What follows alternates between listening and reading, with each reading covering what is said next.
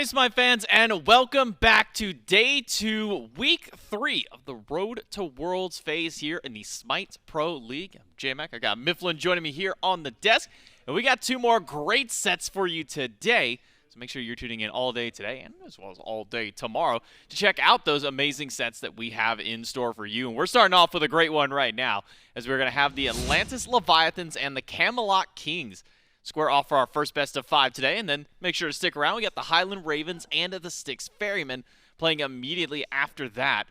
If you missed out on yesterday, go back and watch. Oni Warriors did manage to get 3-0 over the Camelot Kings. Then a 5-game set between the Ferrymen and the Dragons does go the way of the Styx Ferrymen, and that can now lead us over to our standings so we can see how things shook up after our matches yesterday. Oni Warriors have reclaimed their spot at the top of the Chaos Division with their win. Camelot Kings fall down to 2nd place. Styx Ferrymen remain the only undefeated team now in the league at 3-0. Atlantis Leviathans right behind them at 3-1, seeing who's going to continue that battle up towards the top side of the standings on the Order Division. But that leads us to our matchup now, which is the Leviathans and the Kings sitting 3-1 and 2-1 respectively, both in that 2nd seed. And also the first time and only time that these two teams will play during the regular season, Myth. Yeah, I'm so excited for this one. The Camelot Kings, according to Reddit right now, and I know quoting Reddit, it opens you up to a bit of criticism. I believe the exact verbiage I saw was on fraud watch. Are these guys on fraud watch right now because of what happened just previously in that Oni Warriors set? I think that speaks a little bit to maybe some Fairweather fans out there. I feel like the Camelot Kings still certainly do have a good deal of skill between all of them and certainly are massive competitors within the league. But they need to prove it here. They need to prove that they can still hang, because that really was a very dominant setup against the Warriors. Yeah, and I think that just goes down to a little bit what we were talking about, in the waiting room earlier this week. Go back and watch that over on youtube.com/SmitePro, and we'll talk a little bit about that more. But before we talk about the set and everything else, we can instead talk to Quig, who's finally here in studio this weekend and standing by for our pregame interview. That's right. I've got Quig here, and up front, I'm just going to ask about that. What's it like, I guess, being in here in the booth with the team and having that environment around? It's a lot easier to communicate with the team and kind of vibe with everybody. When everyone's grouped up and in the same house and can hang out together, it's a lot easier to kind of vibe and get to know each other. It makes getting better and practicing a lot easier. And it makes the teamwork kind of sink a little bit better. I know, we're talking about it, and I guess looking at yesterday, right? An unfortunate loss for you guys up against the Warriors. What in your mind kind of went wrong in that set? I think we just weren't prioritizing the right objectives at all. And, you could always copium and say oh, it's a draft diff or whatever, but at the end of the day, the way we're playing right now, what we're prioritizing was just not correct in that set. And now we were actually just talking about it, right? Because first week you guys come in 3-0 over the Ravens. Last week came in 3-0, I believe that was Gladiators, and then this week it was Warriors into Leviathans. Not necessarily a very easy week to have to deal with. And so I guess what was the prep coming into this week, and how do you deal with a team like the Leviathans? Levies are a really hard team to deal with because they really love their pressure. They're gonna, lock in their high pressure picks and jam down all your lanes and try to be at every prop buff and be at every purple buff if they can. So, when we're coming into it, we're just thinking, if we can just get through the early game, if we can just withstand their fucking early picks, maybe we can scale it out, get into a late game team fights. That's where I think we're really good. Endure is going to be the initial strategy. Well, hey, man, I'm really excited. I was just telling you that I think this is going to be a really fun set of SMITE to watch, and I'm sure everybody at home thinks so as well. So good luck in your games, and thanks for your time. We'll throw it back to the desk. Weather the storm of the early game. That seems to be the answer for a lot of these high-pressure style of teams, especially when the meta right now is to pick some of those early pressure style of gods, win out your lane, and try and get that early kind of a lead out there for this team. And I think that is an adaptation that we do need to see from the Camelot Kings, because yesterday's matchup against the Oni Warriors did not look close at all. I mean, it was a 28-minute game 1, a 21-minute game 2, which is one of our fastest games of the year, and especially considering how much the game itself has just naturally slowed down. Seeing a 21-minute game is almost just unheard of. I mean, we've seen teams ending with the Titan pushing down at usually that 23 to 25-minute mark, but seeing a game that quickly really does make it seem to where you do need to sit down and watch and go, okay, what do the Camelot Kings have now, especially going up against another top team? Another top team that seems to be, by Quig's word, playing the exact same way. That early game, high pressure, run down your buffs, just keep up every bit of pressure on the map style play. So now the Camelot Kings, having a little bit of experience up against that style as of yesterday, might have some new plans coming into today. Seems to me that if Quig is saying, look, it's not really a draft issue, maybe it was, maybe it wasn't, but it really was a priority issue on objectives and where we were farming and what we were looking for, I feel like that was probably a byproduct of massive team discussion that happens overnight. So could be that we're looking at a very vastly different version of the Camelot Kings today. So far as play on field is concerned, I doubt we're seeing shifts in God Pool, at least not massive shifts. That doesn't happen overnight. And I think one of the things, and it was something that we talked to CaptainTwig about, after his win with the Gladiators. We had a post game with him, and he said his first 2 matches he likes to call the training wheels one. It's a Ravens team that was just getting their new player on their squad. It was a Gladiators team that hasn't been able to find success. Now you get into the real match, especially after getting to sit down and watch their games prior, and then jump into a little bit later on and kind of see how things mesh out. But against them now, the Atlantis Leviathans, who have been a very dangerous team to go up against so far this phase, have already matched what their wins were in the previous phase and still have plenty more to go, and it doesn't seem like the Leviathans are slowing down at all. And kind of specifically talking about that direct matchup for Quig, Ronngyu plays a very similar style of game. I mean, if you look at God pools between these kinds of players, immediately what comes to mind with these guys are the Athena, the Emojic, seem to really kind of be at the top of the priority for both of them. Yeah, Ronngyu has been impressing me with his diversity of God Pool recently. The Athena, of course, as you said, one of his primary go-tos as of recent, I believe in the last 6 games, has played it twice. Otherwise, has added things like Cerberus to the repertoire. Even Aphrodite has peeked her head into the meta for him. So maybe a little bit more eclectic. When I think of Quig, he goes a little bit more towards the Season 8 standards. No one else is really breaking out the Sylvanas right now. He's very much still willing to play things like the Ares too. I'm not seeing as much of that from Ronngyu, so maybe we see a little bit of contention in early Ps and Bs if they're both fishing for that Athena pick, and I think certainly something worth fishing for. We know the Jade Dragons seem to have it at the highest priority, was even willing to trade it out in exchange for a Chernobog on the other side. So could be that we see that banned out. I wouldn't be surprised if that's something that's just constantly banned this set and we don't get a chance to look at it, or it could be a high priority pick that both teams are vying for. I think priority on the picks is kind of the big factor for a lot of these teams. We look over kind of at this Leviathans team, and when we talk about the assassins that are being prioritized, it is Camazotz and Pele are kind of the 2 that they go towards, whether that be one for mid, the other for jungle, or flip those ones around there. So I think picks and bans is going to be a real fun thing to watch between these 2 teams, see how things pan out. But kind of talking about the supports and some of their stats over their career, we can kind of look at both of them. Now, 43rd seems kind of low here, if you're throwing Quig, but you also got to remember Quig hasn't had much competitive experience compared to some of our other players here. So being 43rd here on the damage mitigated isn't a bad thing, especially when you look to some of the other ones. It does include his time during the SCC, but even still, Quig isn't super. He's not an old head in Smite. He's still one of the younger guns out there. So still being able to rank itself out into the top 50, even around some other players, Panatom, Sino pop themselves in there, even adapting, who has been playing the game for a long time. And then you flip over here for Ronngyu, who's been in the scene for quite some time competitively, whether that be whenever he was playing at the time with the LATAM divisions or in his time with SCC, and now here into the SPL, breaks his way into the top 20, just behind Genetics. Actually funny enough to see there. And then still seeing some of the old head names in there that have really kind of cemented themselves into Smite's history. Maniac right below Ronngyu, and then above those 2 up there, Raffer kind of popping his name. But just goes to show, I mean, this is, as the support, as your solo laner, these are the players who are most often going to be sitting at the front line, making sure that you are constantly kind of getting that damage soaked up for your team and being able to stand as that front line for your team.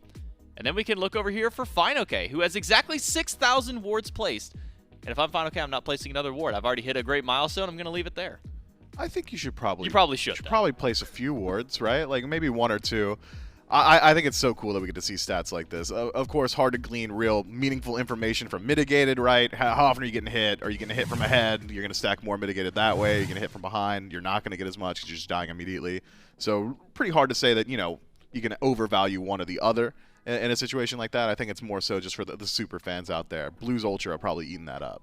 Oh, he's loving those kind of stats out there and making sure to continue providing great stats. Follow Blues Ultra. There's a nice little obligatory shout out for them, just to make sure that you go follow them on all of theirs, because the stats that they pull out every single week are manually inputted by them. Crazy. They've gone out, it's like, man, they got, how many totem shaman camps of the red variety have been used on a single camp.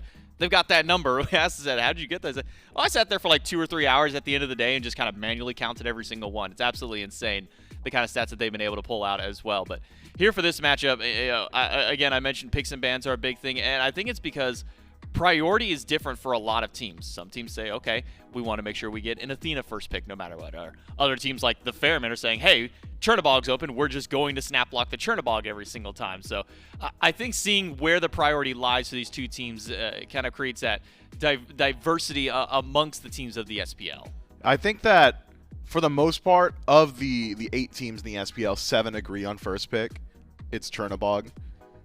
Maybe the Jade Dragons got Athena right there, and then otherwise we start to see the development and shifts in like 2nd, 3rd priority pick, or even 4th priority pick overall. Which mid laners are we really going towards? Are we trying to facilitate the assassin playstyle through mid? Are we playing the standard burst mages?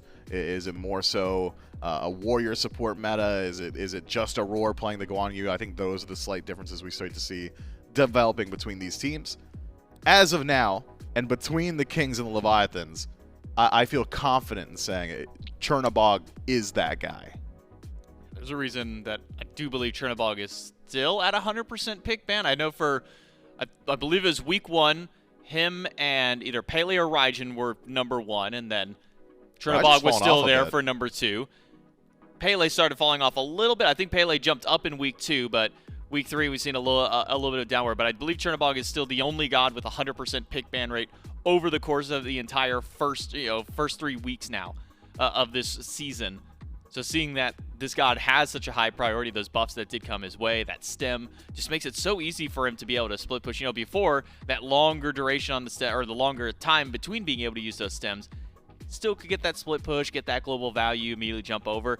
Now you can do it so fast. It makes him such a strong tower killer and such a great boxer in lane. And I think the primary strength of it is something that Quig alludes to. It's the speed of play that Chernobog allows for your team. Oh, you want to take a fight in mid at the 5-minute mark or the 6-minute mark when everybody's level 5 or 6?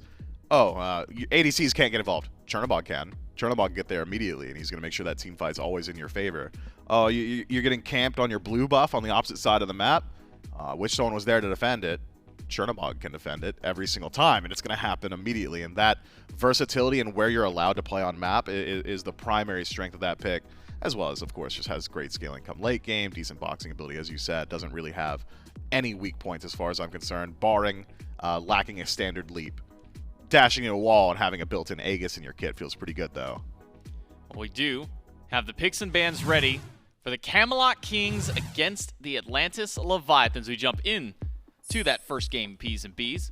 Immediately see some of the high priority towards the magical hunters. Olorun going to be banned away by the Camelot Kings. Opposite side, Chernobog will remain at that 100% pick ban for himself.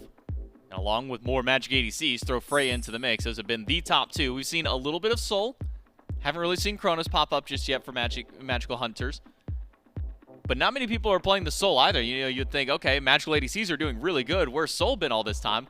Nobody's really going towards that, and it kind of leaves me wondering what the difference is between Olorun Freya versus having a Soul in that same lane. Well, for Olorun, it's the massive team fight ultimate and a bit of sustain for the rest of his allies. For Freya, she hits harder than everybody else in PvP. There's not a single magical hunter that's going to match her on DPS, has great chase-bound potential and relative safety in the team fight.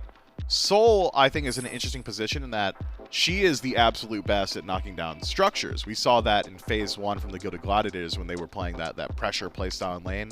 We were seeing 4 or 5-minute Tier 1 towers rotate across the map, do the exact same thing. When you're valuing PvP as we are right now, feels like there's a lot more fights in the early game than there was in Phase 1. I could see why you don't go towards the Soul nearly as much. But even with that said, I thought some of the changes to the rings in particular, just getting additional power on it over the last few patches, might just bring Soul back into the meta. She was the original, yeah, I'm a magical ADC, but I can also just be a mage as well. But haven't really seen her. Seems like the other standard hunters, with some of the crit options or pseudo crit options like Fail Not, just seem to outvalue her a bit. And kind of speaking on crit and things like that, we've been seeing it pop up a little bit more and more. It started with, okay, I'm just going to get a Gilded Arrow, no problem. I'll get a little, the 15-20% crit potential I could get in the late game. And then we started seeing Fail Not occasionally pop in. Excuse me. Well, I guess we're going to see the Soul we were just talking about. I guess we just manifested it into existence for the Camelot Kings. So who cares about crit?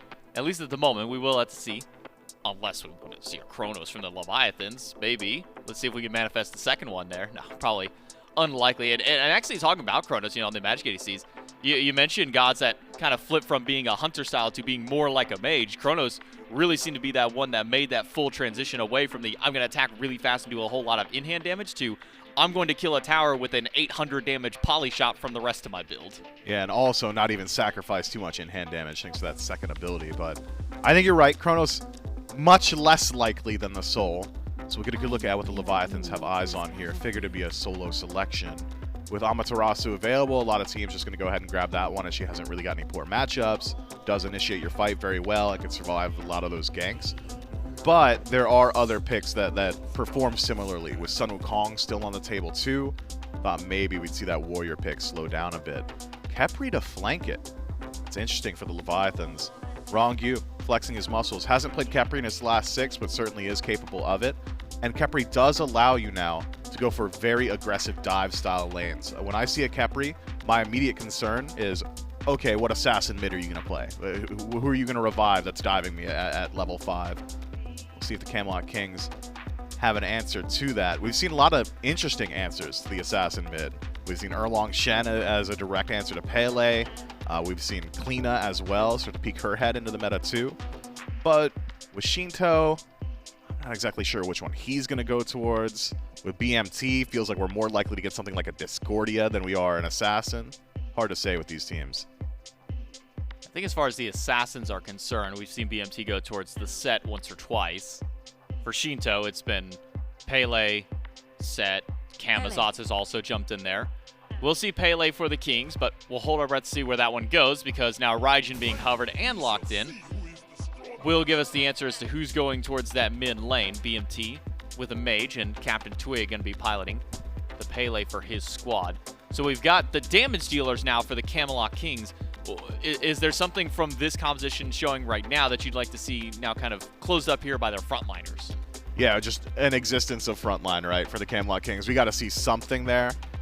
Standard Initiator CC, I think, going to go a long way, but you also want backline dive disruption. Another thing you look at your team compositions with when you're playing up against the Khepri is, where's our AoE damage?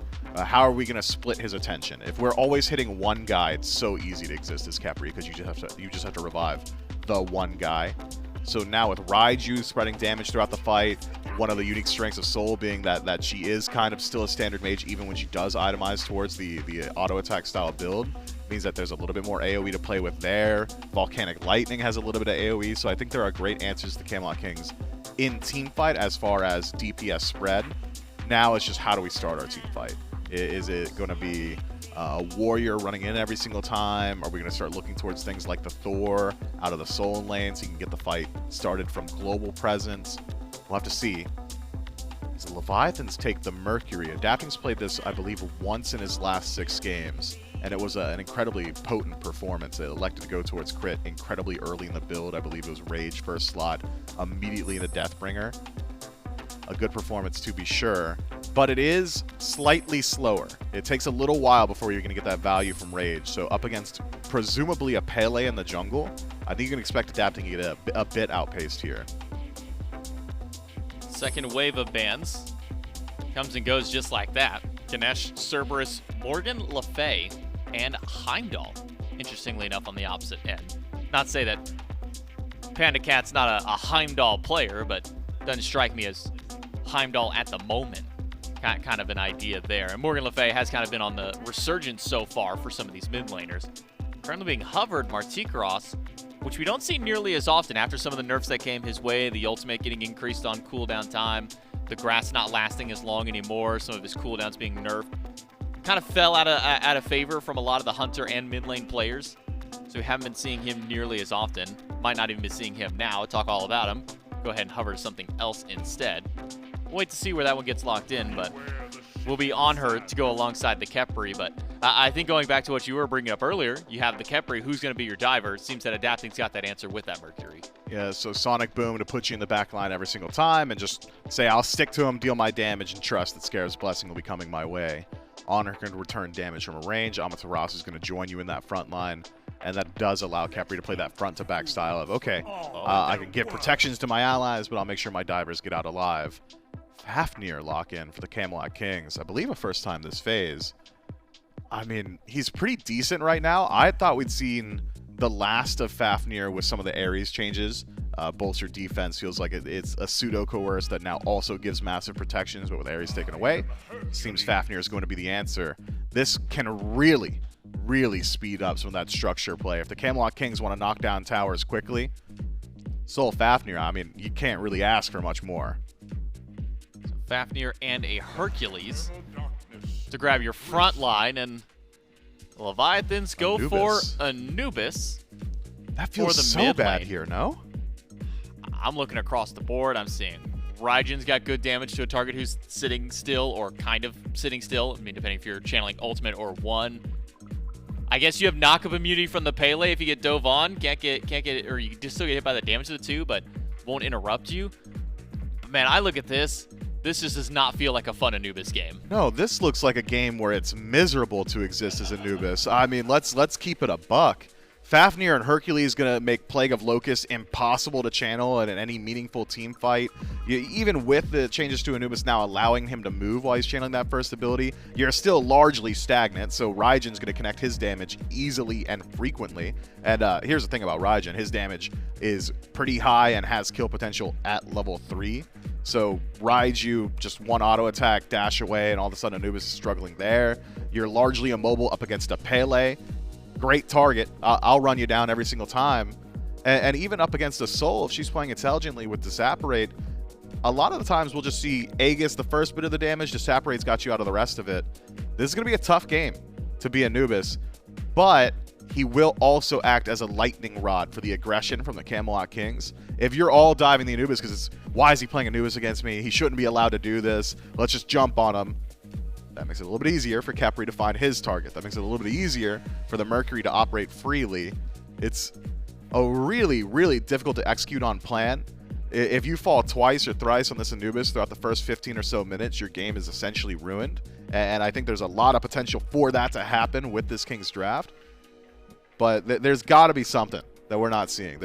I can't imagine a world where the Leviathans are just taking that 10th and saying, yeah, I don't know how it happened.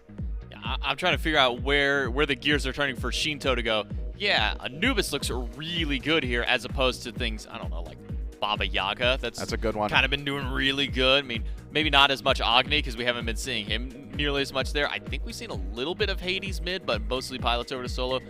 I'm not sure. I don't know where the Anubis came into the equation, but they're doing a level of math that I'm not, that apparently I'm just not on that point with. So that's a 300s course. We're in the 101. Yeah, I'm in 101. They're on 401 at this point right now, like going for their master's degree, and I'm sitting here like, guys, I'm still on the associates level at this point. But for the Atlantis Leviathans and the Camelot Kings, at least one thing that Quig mentioned was their struggle in the early game. We'll see if they can find that early game stride to go up against the Atlantis Leviathans. Who comes out on top game number 1? Let's throw it over to Gorr and Trelly. Thanks so much, J-Mac and Mifflin. That's right, it's Gorr, it's Trelly. And if I remember correctly, it's going to be Vile giving us the window into the battleground today. And Trelly, I'm considering this like a nice like Saturday morning cereal. I'm getting an Anubis game. Whether or not it's going to be a good Anubis game, TBD. The desk didn't seem to think it was going to be great. The faces you were making when it got locked in makes me kind of feel like you also don't think it's going to be too great. No, I'm disagreeing with what Mifflin said, to be okay. clear. I agree. The Soul, terrible matchup for Anubis. You are going to have a rough time. You're going to hit by Supernova every time. But if you guys remember the old Raijin meta, Anubis was the counter, man. If you go into Taiko Drums and you go into Laser Eyes, you know who's going to win? Anubis every single time. Taiko Drums can't compete. You're the biggest target on the map when you go into that ultimate. I'm not saying it's going to work. I'm just saying if we're talking about 1v1 Just Kings 1v1s. versus Sheento, at level 5, Sheento's going to win that. However, I see anti-heal from Variety. I see Jarcorrr on the Soul. I see, of course, CaptainTwig, who should be getting some anti-heal as well. That is when Sheento's going to have a rough time. So, I do agree. It does look like a rough Anubis game. I'm just saying, like, if you want to say that BigManTingz is just going to dominate that matchup, I think that Sheento is going to wait until he gets his ult online and say, every time BigManTingz ults, I'm going to be there, and I'm going to be channeling my ult as well. I'm always excited. Man, I just love watching Anubis. I'm also going to keep my eye on objectives because it feels like when you've got Amaterasu, we talk about objective shred. When you've got a Mercury with crit, eventually you start to talk objective shred. And then when you have Anubis, you talk objective shred. Oh, yeah. And they've got all three. So I'm really looking forward to what objectives for the Leviathans look like, as well as after talking to Quig in the pregame, just kind of seeing how the Kings adapt from yesterday, right? He said he didn't think they were focusing on the right objectives, things like that. And so where are the right objectives for them is the question that they're going to answer. I'm also really curious, Trelly, and maybe this is an awkward question, because normally it's one we play when we've gotten very bored. This is not the case. I'm just kind of curious, where do you see a First Blood happening? Because it feels like there's a lot of lanes it could happen, but because of that, that's usually when we see it, like, stall. Yeah, it's a safe bet to assume that the side lanes will be where some scrapping occurs. Doesn't necessarily mean the First Blood needs to happen. When I see the fact that there is an Anubis in the game, it's almost always a safe bet to assume it's going to be around Sheento, whether he's got the damage to find the kill or he's going to be involved in the kill, right? Those are also some fair bets. But if you want to look towards the solo lane relics, both Variety and fineokay both have that teleport, which means CaptainTwig and Adapting have some pretty good targets in the solo lane. It really does depend on, at level 5, are you feeling like getting aggressive? I think Adapting wants to get that rage first. That's usually been his strategy on the Anubis. Get your ultimate, get rage, then look for your gank so you can actually get the benefit of those assists, those kills for your rage stacks. Yeah. So how quickly Adapting farms to level 5 and actually gets that rage online will be telling if he wants to get involved, whereas CaptainTwig, I guess it's kind of similar with the Soul Eater. You don't have to wait for it, but You probably you're probably waiting for it just before you send out that ultimate anyways. I'm just going to keep my eyes on mid lane, because Sheento, if you're playing this Anubis pick into Raijin, you're not doing it to sit back. You are trying to sit around corners. You want to catch BigManTingz with his relics down, because one of the few mid laners that can just go for solo kills whenever he wants is Anubis. All right, now. Oh, fine. Okay. Sometimes all you need is a dash, apparently, and that is exactly what fineokay has there. Looks like a good setup from Twig. And then it wasn't. And like you said, maybe not going to be seeing too much. Also gives them the pressure to make sure no blue buff invades happen from the Leviathans onto the Kings. But I'm watching very carefully. Level 5 now for Tingz. Has the ult. Level 5 there for Sheento. So maybe mid lane's about to get a little spicier. Quig playing obnoxious, but not getting too much done in the jungle. PandaCat on her. Quig behind you. He's coming. Chester's got you. He's about to get ganked by Chester, man. He's none the wiser. Look how far he chased him. Hey, he did steal away the camp as well because it had the Gilded Arrow proc, so denying PandaCat from that extra gold, it's going to be a good look, as well as just stealing Chester. But the junglers are proving. Look at this. Adapting is setting up a gank over on solo. I'm wondering if he's going to send the ult. Oh, he finally did. Does grab it. At least has the stun. Looks like a throwback onto Variety. A couple of autos is all you need under the tower, and they've got it. First blood over to Adapting, and fineokay, even though he takes the tower shot, manages to survive through that one. And Trelly, we talk about it sometimes. It's nice to see it. We haven't had it in a while, but Mercury's in-lane gank potential through the roof. Yeah, and it's not easy to find that ult on solo lane. And we saw Adapting sit behind the tower for quite some time, but you have to walk up past the bastions before you're really about to send it. So Variety had a good amount of time to figure out he was getting ganked. Issue, of course, is that he didn't have tank stats. He's going Golden Blade. If he had a bit of Fizzdy, maybe he survives or at least is able to trade a kill onto fineokay. But the Golden Blade is more so for farm, not so much for survivability in lane. Which means first blood goes the way as Adapting. Did he not have the full rage? He did not. Oh, I thought he did. So he yeah, only had tier 2. Yeah, did not end up getting his stack. So even though he didn't finish it, still felt like there was an opportunity to find a kill. Guess he just has to come back and do it again, right? At least maybe that was the mentality. Looks like Variety's going to avoid that. Adapting avoids the knockup. Twig's over here as well. And Sheento's rotating, but it looks like this might be just a mid-camp play. Maybe Twig's going to be in a little bit of trouble. Knockup used on the camp. And the wrap's not going to connect from Sheento. In fact, the mid-camp's actually taken by Tingz. And so, despite the aggression from the Leviathans, the Kings still come out on top of that small skirmish. And they come out on top gold-wise no matter what. 500, give or take a few, over in their favor, despite the first blood bounty going to Adapting. Yeah, I'm actually surprised that Sheento opted to go for the Pythag's first item. It seems like, as an Anubis, you're strongest on the map at level 5 if you just go into like a Bancroft or something like that, but Feels like the aura is going to help out the team a little bit more, and really hasn't been sending out those ultimates at level 5. Even though, I mean, Tingz dashed in. I thought that might be a nice time for him to try and find a kill. Looks like that's not something he was interested in. So far right now, as you had mentioned, keeping our eyes, at least I'm keeping my eyes towards mid. We got to see the wrap unfortunately miss, but we have not seen either of the ults.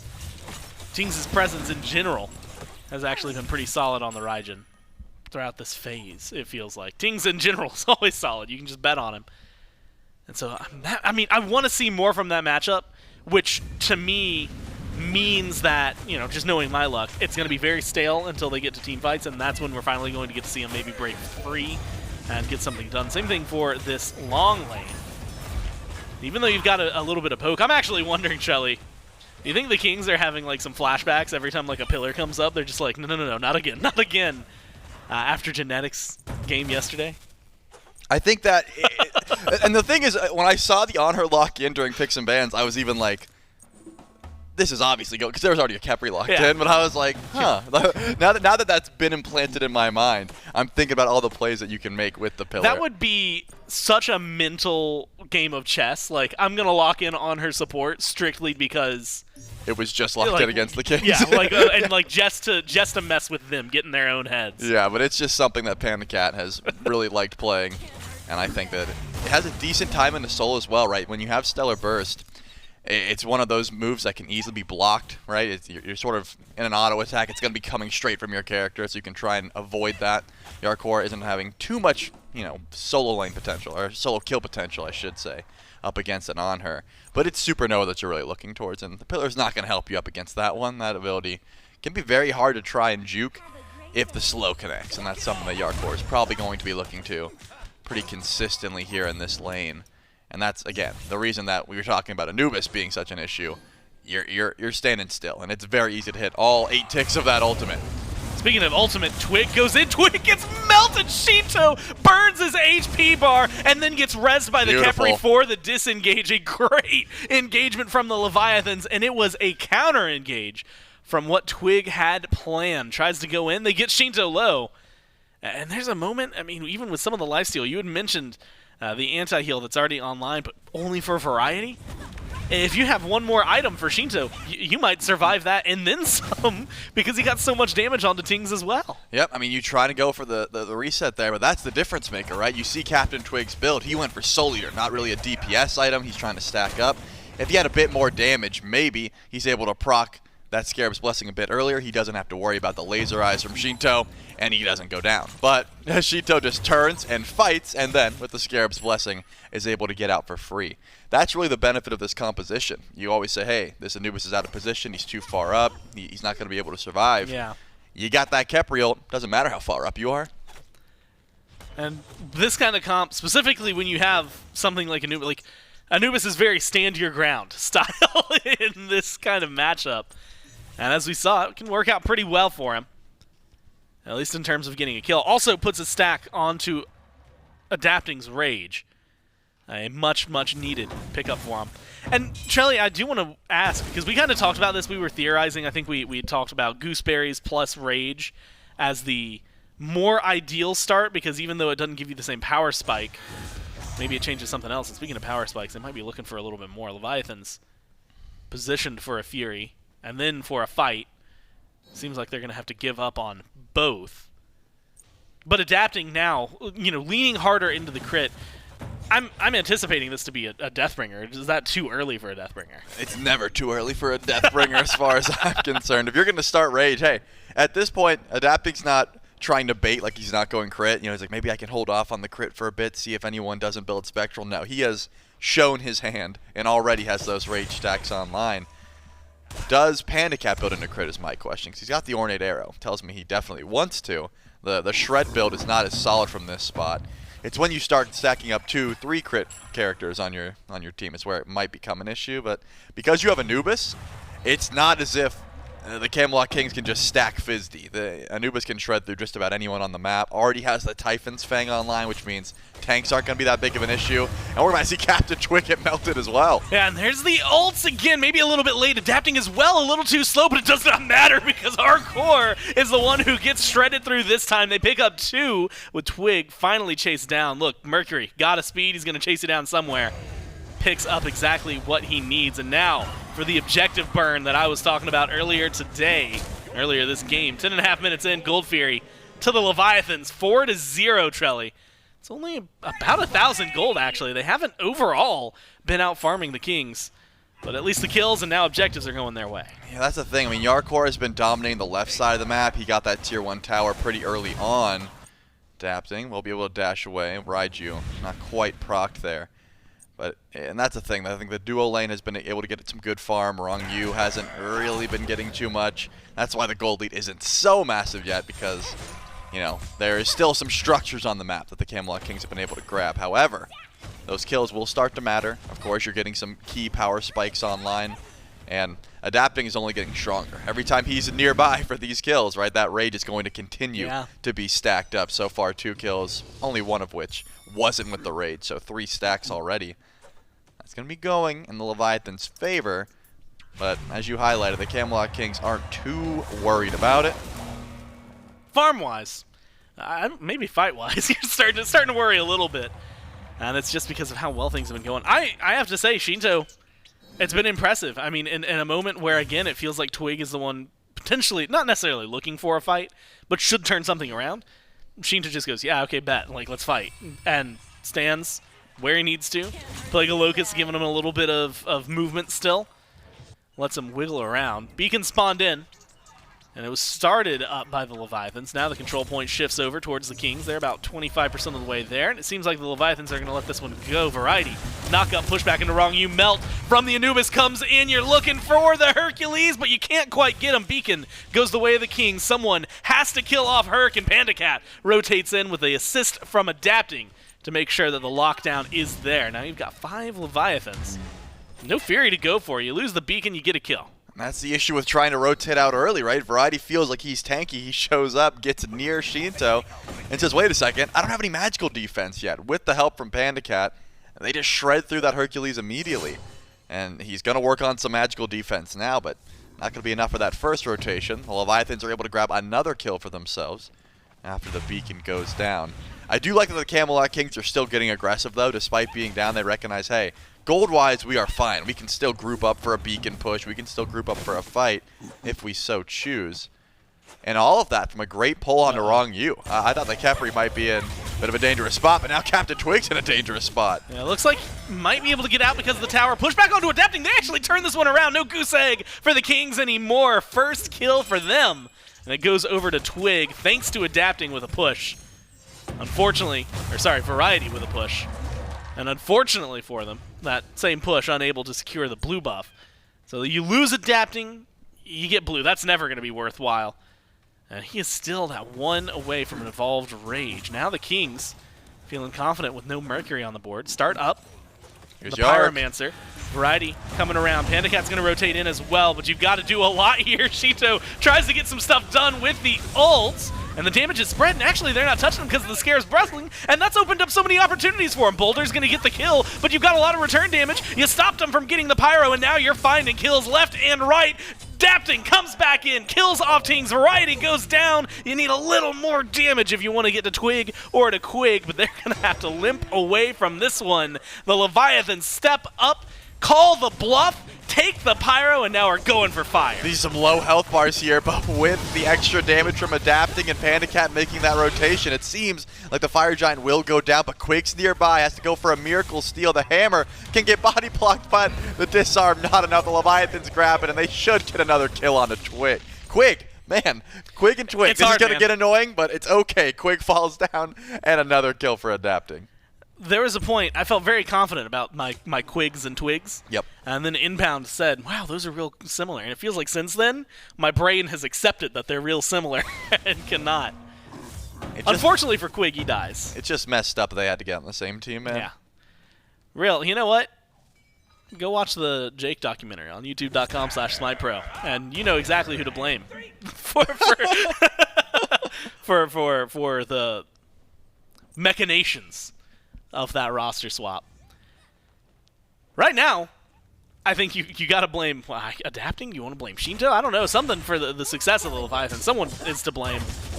And maybe it's all of them. Maybe a little bit of Ronngyu there as well. Sheento lives so long because they refuse to proc the Scarab's Blessing. Yep. And then he just gets to do Anubis things. Like, yes, he still dies, but he got to just free cast for a little bit there because they didn't want to proc it. Well, sometimes it's better just to proc it, right? I mean, you want to be like, oh, we can kill him if we just wait, which ended up happening. Variety did just throw a boulder on his head and make sure to take him down. But he gets a full Plague of Locusts off because no one wants to kill him. They don't want to get that res off, and it's ended up working out very well here for the Leviathans. Plenty of DPS. That tier 2 tower will drop, and the Camelot Kings are just splitting. They're trying to get as much farm as they can in the mid lane. Looks like Sheento might go in for a little cheeky gank. No relics available for Tingz. His Aegis just came up. Will Sheento be able to find a kill here is the question. There's a lot. He's got Adapting to help him out. What a great ult from Adapting. Finds 2 for the lockdown. Laser eyes burn through Twig's health bar. What a play from the Leviathans off the back from Adapting. But like you said, positioning from Sheento to get aggressive. And it immediately thwarts it. Saves the tier 2. Gets a kill. And now they're the ones finally back in control. 4 Fire Giant buffs still strong. And they're knocking down tier 1, knocking on the tier 2 here in mid. Yep, that's just confidence from Sheento. Could have backed after that Gold Fury. Could have given up the tier 2, but said, hey, as long as Adapting's charging up Sonic Boom, I can step forward here. PandaCat, unfortunately, does get picked as beads gone. Didn't really need to step up to Variety there, but I guess felt confident enough to step forward. But Beacon spawns in here shortly, and the Leviathans are already nearby. I'm just waiting to see if they can go for it immediately off respawn, which feels like, considering the Camelot Kings are sort of scattering at the moment to find farm, this should be a pretty free beacon just to be grabbed right away. But Fire Giant buff wears off in a minute, Gore, and they still have 2 tier 2s to go. I'm wondering if they're even going to push up and have time to go for mid. Since everyone's around, I imagine they can make that call. Trelly, this game, admittedly, 12 kills on the board, when 10 of them are for the Leviathans. We were talking about the farm early on, slanted slightly in favor of the Kings, despite kills for the Levi's. That has changed pretty dramatically in the time since, and it looks like it's going to keep on changing. Dazzling Offense used against Variety. Lockdown not going to be there. Beads used by the solo laner for the Kings. He turns around to try and find a little bit of, let's just call it zone control, right? Defense around the tier 2. And it does exactly what they need. Fire Giant's going to be wearing off in about 30 seconds. So the Leviathan's not a lot of time to work with, and if backs are coming through, it looks like it's going to be the reset. Pyro's going to be coming back soon. A lot of opportunities on the map for him. And Relics, a couple of them still down for the Kings. Maybe not a good opportunity for these fights to be starting. Yeah, I'm surprised Leviathans actually didn't take that trade, because it felt like they had still damage to go, as well as Jarcorrr had revealed himself over on left. That was a 5v4. But again, because Fire Giant's falling off, it seems like they just wanted to group up, not go for any questionable plays. Just try and get themselves a nice Fire Giant off respawn. They've got a level 20 Amaterasu with Shoguns, meaning fineokay is going to be buffing everyone around that. Sheento goes back, it's a full rod of Tahuti. That's going to be a huge power spike as well. Not to mention the fact that Ronngyu is about to hit level 15, which could be a nice upgrade to that starter item. I think that you have plenty of options there just to try and make your team feel a little bit safer once you get that extra aura protections. But grouping up towards the Fire Giant immediately, the Leviathans are going for the insta-pull, right? They have the ability to do so. And they have a Runic Bomb in play that Ronngyu is going to be holding on to. So yeah, just in time, the Compassion does get picked up, and that just helps out so much, because Sheento, even if the Scarab's Blessing is not going to be used on him, and I'm pretty sure 90% of the time it will be used on him, that Compassion means that Ronngyu is going to be taking even more damage for him. Makes it a lot easier just to be an Anubis in a bad Anubis game, as it was highlighted coming into this. Also, I mean, like you said, you could pull this, just drop Sheento's ult, couple autos from Adapting, that Fire Giant's dead. So, depends on how much they want to commit. And we can actually keep our eyes on the health bar for it. And going more down pretty specifically, fast. maybe on the diamond from Sheento as to how far they want to commit to. It's already half health. Ronngyu takes a little bit of poke. Panda does not miss his autos, and Quig gets taken down to half health, as is the Fire Giant. It's still waiting right there. No one's committed. Adapting, charging his ultimate.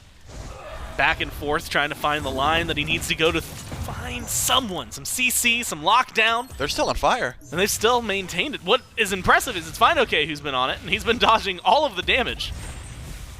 Save for the unavoidable meteors. Finally gets aggressive. They can commit here. No Might one's go close in, by. has Dazzling Offense. Boulder goes in, but Boulder's too late. Leviathans get the power play, pick up the Fire Giant on 5 and Adapting. Comes in, they lock down one in Quig, and then another immediately in Tingz. You've got the Scarab's Blessing onto fineokay. A little too late to save Adapting, but the chase is on. Twig is low. They want to go deep. You've got good damage from Jarcorrr. Great knock-up from Variety, but it is not enough to stop the Leviathans. They continue their march down right. Tier 2 is their target.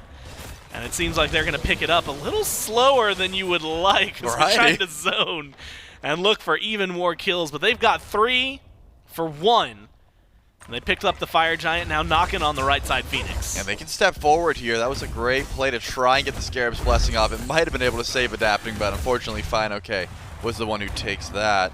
Now the right side bird is done. I don't think the Camelot Kings want to chase this any further. If anything, fineokay is stopping to make sure that Twig can't farm the wave in mid. They're going to back up, though. PandaCat's got some power spikes to grab, so that's going to be the end of the push for now. This is the second time where the Leviathans get an early Fire Giant, but not everyone on the team is able to pick it up. First one, Sheento didn't grab. This time, Adapting ends up getting picked. It was a great ult, though. I thought he was able to just sort of punch BigManTingz and get that kill, but it seemed like he really wanted to go for the grab to confirm it. Adapting does not quite have the ultimate, so Twig should be able to make it out here. Unless Adapting is going to send it down right lane, in which case you have to start charging now, and it's still not off cooldown. I thought for a moment there, fineokay was just going to do it on his own. Gets Twig to half, and so keeps him in an uncomfortable spot. Now they're going for the Fury if you're the Leviathans. Blown out of the water in terms of where the gold lead is, right? Yep. Now going to go up to, what, 12, 13,000 with the Fury. They still have a tower they could knock down to push that up even further. Leviathans have been dominating in this game. And Trelly, in some of the theories and matchups and numbers-wise, right, when you aren't talking about explicit 1v1s, it was kind of thought that the Kings had maybe, quote-unquote, the better team fight.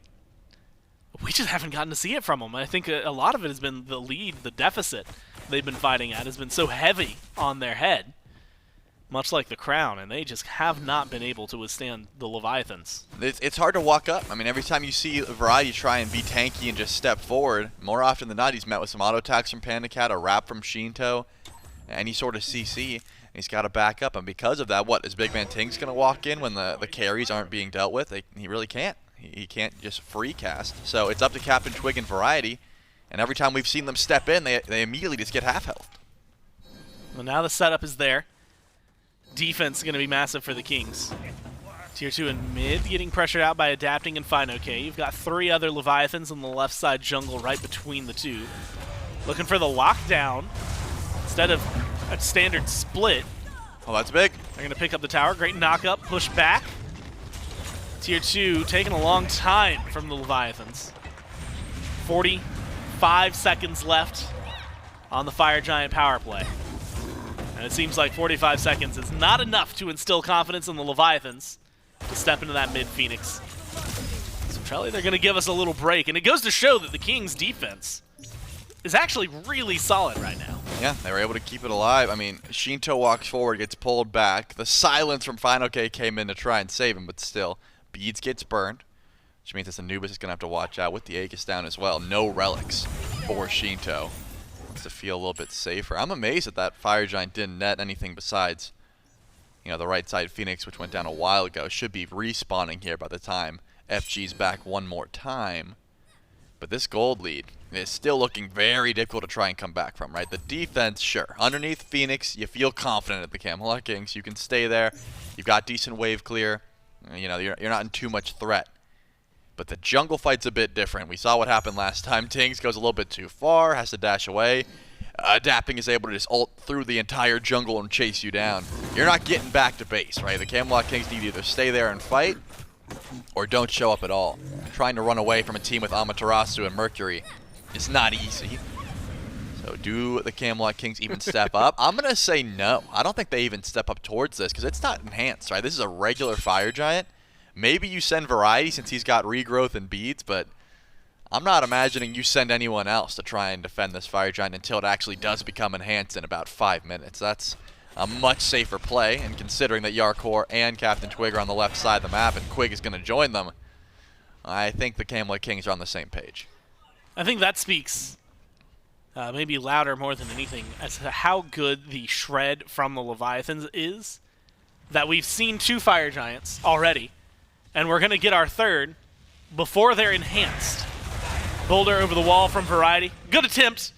Not going to find it. All you need is one more hit. Adapting's got that. It was a nice little trail off there from Sheento as well. Make sure that that damage connected. Titans are going to be on left. Fire Giant, finally for the Leviathans, they get it on 5. Chaos Titan, in its push, going to get knocked down and driven back. I don't suppose the Order Titan's going to last that long, especially when you start to factor in what's goodness, happening imagine to if he had ult. right side Phoenix. Oh my god, yeah. Not adapting. Twig maybe counting his lucky stars right now. That was with beads as well. If he had ult, Twig was gone there. Insane damage numbers, and that's going to keep on rolling. Adapting and fineokay are a 2-man wrecking crew. You've got Quig here, though, to really facilitate the players and what they need, and it is crit after crit, punch after punch, and adapting They can't end. with 3 massive kills. Look at the Titan. The Titan, no, it's over at the tier 2. Someone's got a back for it. Oh, what feels like a great game-ending play. Well, Charlie, we're going to be here for a few more minutes. Yep, fineokay has to go back to deal with it. Look at their positioning, though. Yeah, with the help from Ronngyu, they're ready. They are ready to kill the Titan when it gets there. And you've got 20 seconds. And you got Sheento's ultimate as well. Can you even kill Variety? Oh, yep, you can. Turns out that you can kill Variety. He's gone. Just Twig for 15. Do they walk in and kill the Titan on respawn is the question. Let's see if CaptainTwig could even stop him. No tanks, just the damage dealer. Sheento adapting. PandaCat. Ult used by Sheento. Twig, no opportunity to stop. Health bar's a little low, and you've got 2 seconds. Tingz is going to be coming in. Titan falling. Do you have the damage? You got enough for 1, but not enough for any more. Game 1 over to the Leviathans. Yep, as long as Adapting's able to get off to a good start, as long as Sheento is able to be kept alive with the Scarab's blessings, that was a great comp. And I think from the get-go, that was kind of their plan, right? Bait into this Raijin pick, make sure that Tingz can't do what he wants. Anytime he goes into Taiko drums and Sheento is around, he has to cancel and leave. And we saw that a few times where he would step forward and immediately would try and run away. And if you're running away, guess who's good at chasing you down? It's going to be the Mercury. What I really like is at the end there in the player cam, you just see Adapting like lift up his drink. He's just kind of standing there like that was the embodiment of just another day in the office for him. Sure. And it's insane because, 30 seconds ago, he's part of the reason they're able to do so much, right? 3 kills, 2 of them onto him, 1 of them for fineokay, but we know who was doing the damage. It's just something, it feels like there was a multi-level threat there. And the Kings didn't know who or what to deal with at any point in the game. I mean, that's the issue, right? Because when you have so much tank shred, Variety wants to go and wants to try and force those ults down, wants to try and force escapes. Twig wants to dive with them, but they can't survive. And that becomes a big issue. And we got to see that a lot. In fact, there was just that one moment, like if Sheento has his ult, Twig's not even there to have that conversation anymore. Unfortunately for him, the next time they fought, Sheento did have the ult, and he wasn't there for that conversation much longer. 1-0 lead for the Leviathans in a very entertaining game number 1. We'll see if the Kings can bounce back, though, right after this.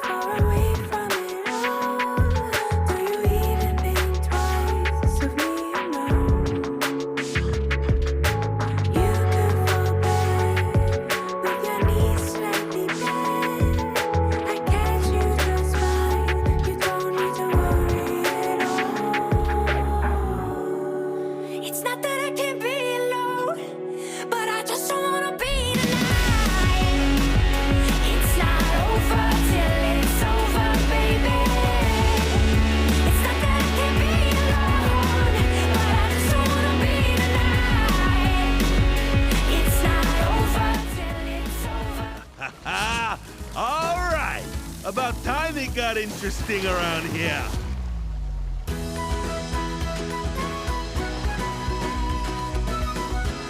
It's okay to be impressed. Wiki wiki. Don't worry, I gotcha.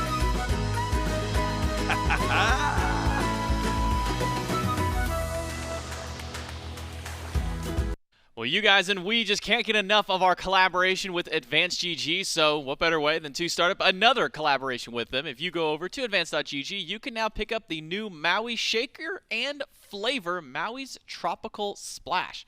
Now available on the Advanced GG store. I do believe it's a strawberry and peach combo flavor for that one, so I'm definitely going to want to get some extra of that, and you should go pick it up now. I believe the bundle is already discounted, but if you want to pick up one of them individually, then you can use code SMITE, get 10% off on your order. Thank you so much to Advanced UG for collaborating with us one more time so we can get the Maui Shaker and the flavor. Here in game number 1, though, Mifflin, this was not particularly close between these squads. Leviathans adapting, Sheento just kind of ran the show as that 2v2 combo, and Ronngyu made sure that if one of those two was in danger, they were no longer in danger, keeping that Scarab's Blessing available for them at any given time. Yeah, I thought I had really liked the King's composition going into what the Leviathans had brought here, but it was under the stipulation that the Camelot Kings could survive the early game, get to a mid-game team fight, then play in the 5-on-5, leveraging that AoE. And instead what we got was Leviathan striking first and early in the soul lane into an immediate rotation towards mid. And from there, this is the fight. You got it on your screen right now. Anubis just gets a little bit too much value, and exactly what happens there happens throughout the game on repeat. Even a few times we had seen maybe some opportunities where Sheento could get shut down. He gets dropped to 10%, Scarab's Blessing's there, and everybody on the Camelot King says, okay, well, stop hitting him. We don't want to reset him. We don't want to give him the revive. And she just says, okay, well, if you're not going to touch me, I suppose I'll simply just do all my damage before I die. And if that's the case, if Anubis is allowed to free cast, seems like he's going to put out a lot of damage, topping the charts. And he did. 23k. Right behind him, adapting at almost 19,000. Insane. And by the way, highest player damage on the Kings was only 12,500. That was BigManTingz. I don't know where much more I can go with that one, essentially, except that it's half the damage of what Sheento did by himself on this Anubis. Everyone else just falling a little bit further behind in that regard. A 3-0-8 fineokay for the Amaterasu, 4-0-7 PandaCat on the Anhur this time. Only a few deaths on the team, but all of those were to Sheento and Adapting, who, as mentioned prior, were the two who were getting active across the map, forcing these Scarab's Blessings upon themselves. And I think you're right to say, if you just ignore an Anubis with a Scarab's Blessing, he's going to do a whole lot of damage. Now, my mentality is, I don't care if there's a Scarab's Blessing on Anubis. I'm going to hit that guy if he's channeling one or ult, because he's going to hit me a whole lot harder at that point. We'll see what changes do get made, though, for the Camelot Kings in game number 2. As we jump into the picks and bans, Kings back on first pick side once again. We'll see what the Leviathans draft up for themselves, because it kind of comes down almost to a problem if where the Leviathans didn't necessarily play any crazy meta picks that would need to be banned away.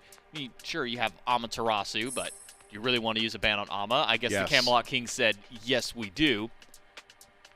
But I don't necessarily think that Ama was the problem on the Camelot Kings that you needed to ban away. Yeah, I think the problem was the Khepri, right? That's the thing that facilitates the Anubis and allows that to become such a difficult game, or it allows that Mercury to just dive into your backline. Be a soul first pick once more for the Camelot Kings. High priority order. We know the Atlantis Leviathans like taking this pick. PandaCat's played it a fair deal, so the Kings essentially using it as a ban away. I don't necessarily hate that, but it has left a lot of value on the table. You get your pick of leftover warrior, I suppose. Amaterasu was the answer from the Leviathans previously. Now, maybe Sun Wukong gets a few eyes on him. Otherwise, though, you could just go straight back to the Khepri. The Camelot Kings did not show me that they have a game plan to prevent that from happening. And there are other picks besides Anubis, if Anubis gets taken away, or maybe you don't like it twice in a row, that can perform the exact same way. Just get in the front line, do a lot of damage quickly, and trust that Khepri's going to be there. Camazotz is the lock-in. That's going to serve as a bit of a flex pick. Could go solo, could go jungle, could go mid. For the Leviathans, as of recent, has been going mid more frequently. And then pair it with their next favorite assassin in Pele. This gives some flex between both Sheento and Adapting to see which one wants to end up taking this pick because both of them have been piloting these two assassins. And again, as mentioned, still could have some solo flexibility for the Camazotz. I wouldn't be surprised there's solo flexibility with the Pele as well. I mean, we saw what I believe Sino was building on Pele in the jungle, which was I built my 1 damage item and then I went full tank after that, and I was still out trading and outboxing every single person on the map. So still some viability for a pick to go to one of those 2 spots. But now for the Camelot Kings, do we see adjustments made for themselves from game 2 or from game 1 now here into game number 2? Let's see where they go for their lock. I believe in this case, previously it was Pele and Raijin. Obviously cannot get the Pele. Raijin still on the mark if the Camelot Kings want to go for another magical mid. Or do we see BMT shift up, go to one of the assassins, maybe go towards a hunter set still available if you want to go towards that assassin mid. Other assassins still notably available in that regard. And we've seen Susanoo's mid, we've seen Tsukiyomi's mid, maybe not as of recent. We've also seen Kleena from BennyQ. But Lancelot being hovered. Now, last time CaptainTwig played this pick, went like 14-1. Don't expect that exact same level of performance, but this is a good adaptation. Take the Khepri away from the Leviathans. Prevent some of that dive potential, too. The Leviathans have very strong dive with just their top 2. Largely single target dive, barring Volcanic Lightning, and so having that Khepri, I think, will simplify some of that early game. The Camelot Kings were struggling to find their footing in the first 5 to 6 minutes. So Khepri simplifies that. Lancelot, one of the bread and butter for CaptainTwig, has been one of his best performing picks as of recent, and so going back there, I think, especially considering the pace of the last 4 games now the Camelot Kings have played, get him on the right foot, get him off on something comfortable, I think perfectly fine for the Camelot Kings.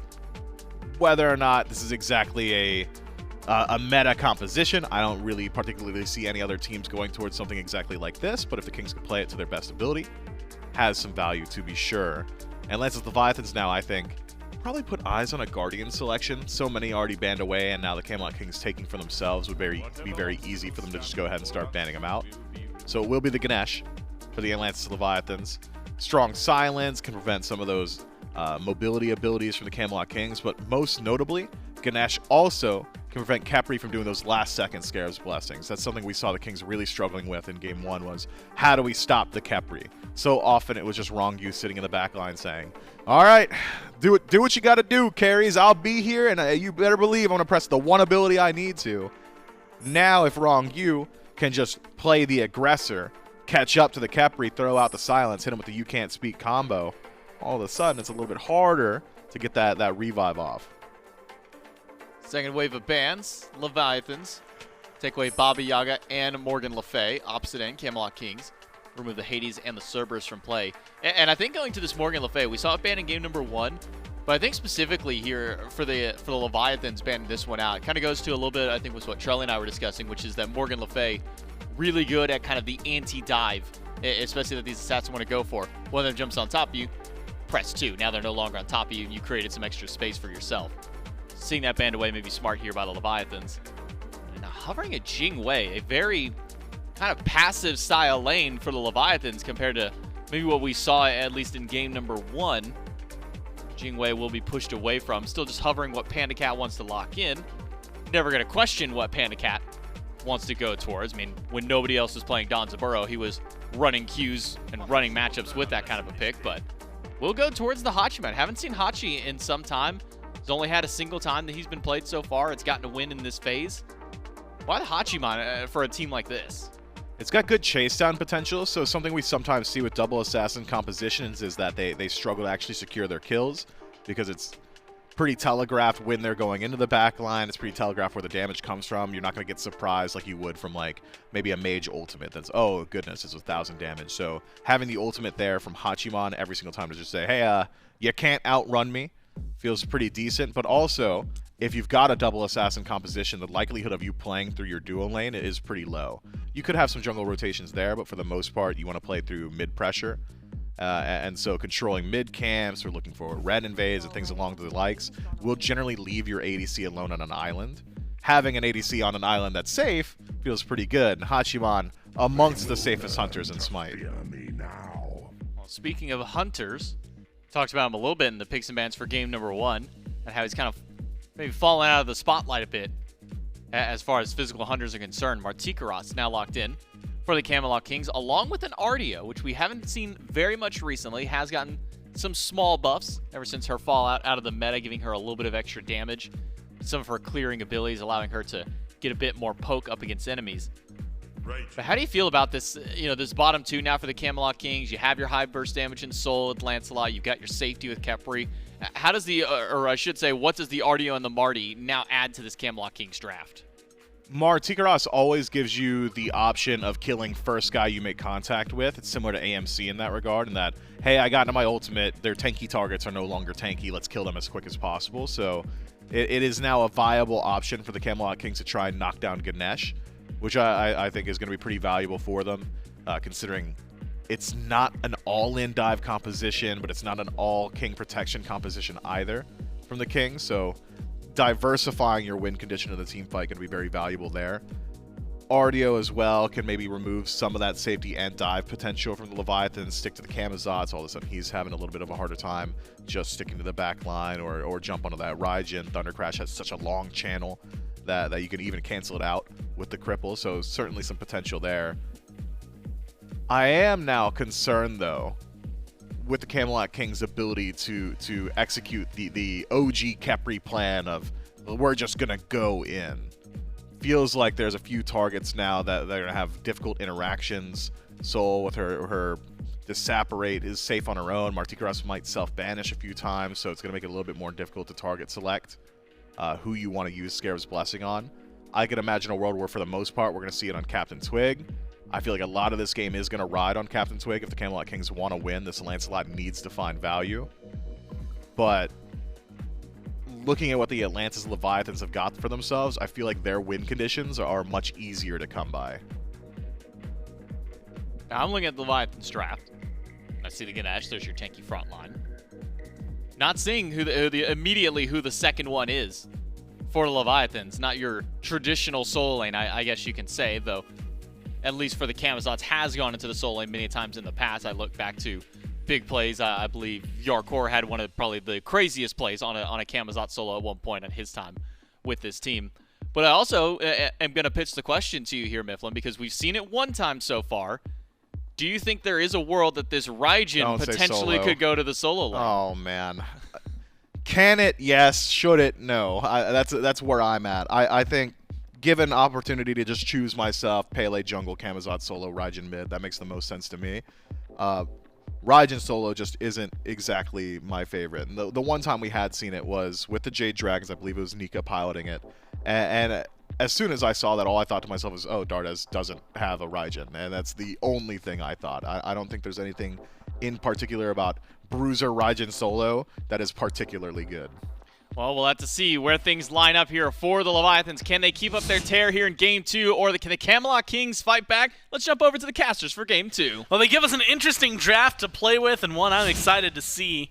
And I'm absolutely blown away. Trelly, I'm going to tell you immediately. First off, Gore, Trelly, and Vile as we jump into this game. I was going to say that despite J-Mac saying that it can go over there, right? And Mifflin even saying, yes, it can, but should it? No. Of course, yeah. All I thought was, you've got a team with Sheento on it. You give Sheento Raijin. Yeah. Egg on my face. Well, one thing you got to know about J-Mac is that he is an avid member of the Fonzo family. Anytime a new fineokay video comes out, he always, he's going to leave a like, he's going to drop a comment. And fineokay has... subscribing and clicking that bell. Of course. Which is what you should do if you went to youtube.com/SmitePro. You should do that as well, yes. With that being said, fineokay has played the Raijin solo, not necessarily recently, but he's done it before. Yeah. And that was when Raijin was a lot worse. Now that he's better, and I think this is something the mid laners are realizing. Raijin's bait, man. You can't free cast, but if you build him tanky, if you get some actual defense on this guy, then it's a bit different. So Sheento's like, I don't want that god, but fineokay can have him, and he's like, yeah, all right, I'll take the Raijin. So far, it looks like he's going damage, but I would not be surprised if we see, a breastplate come through, some tank stats on this Raijin solo in a bit. I'm also, and I guess like a general conversation, curious. We've seen a lot of Camazotz, but we saw him a lot of the time. It was solo or jungle. And we've seen Pele, who's played 4 different roles, I think, over the last couple of weeks. Yep. But Pele mid has definitely been like a staple. Do you is there a world where Camazotz mid would have taken over in your mind and adapting should have taken Pele, or is that Sheento every day of the week? I think that, Camazotz is just a little bit harder to execute on, right? You have to actually land that Vampire Bats consistently to get the use out of it, whereas Pele, you've got plenty of chances to throw your Pyroclast. You're going to have great kill potential, and you don't really have to focus too much on abilities. So whoever's feeling like they need to be on point that day should take the Camazotz, and in this case, that's going to be adapting. You know what? Based on game 1, he's on point, right? Oh, yeah. He was on point. I'm excited to see what they have to offer for us. That's just because it's weird on the side of the Leviathans. The other side, though, Tingz going back to the Marty. We haven't gotten to see him a whole ton over the last, 3 months, really, since that big nerf that hit him. Variety on Artio, who we haven't really gotten to see despite the buffs she received.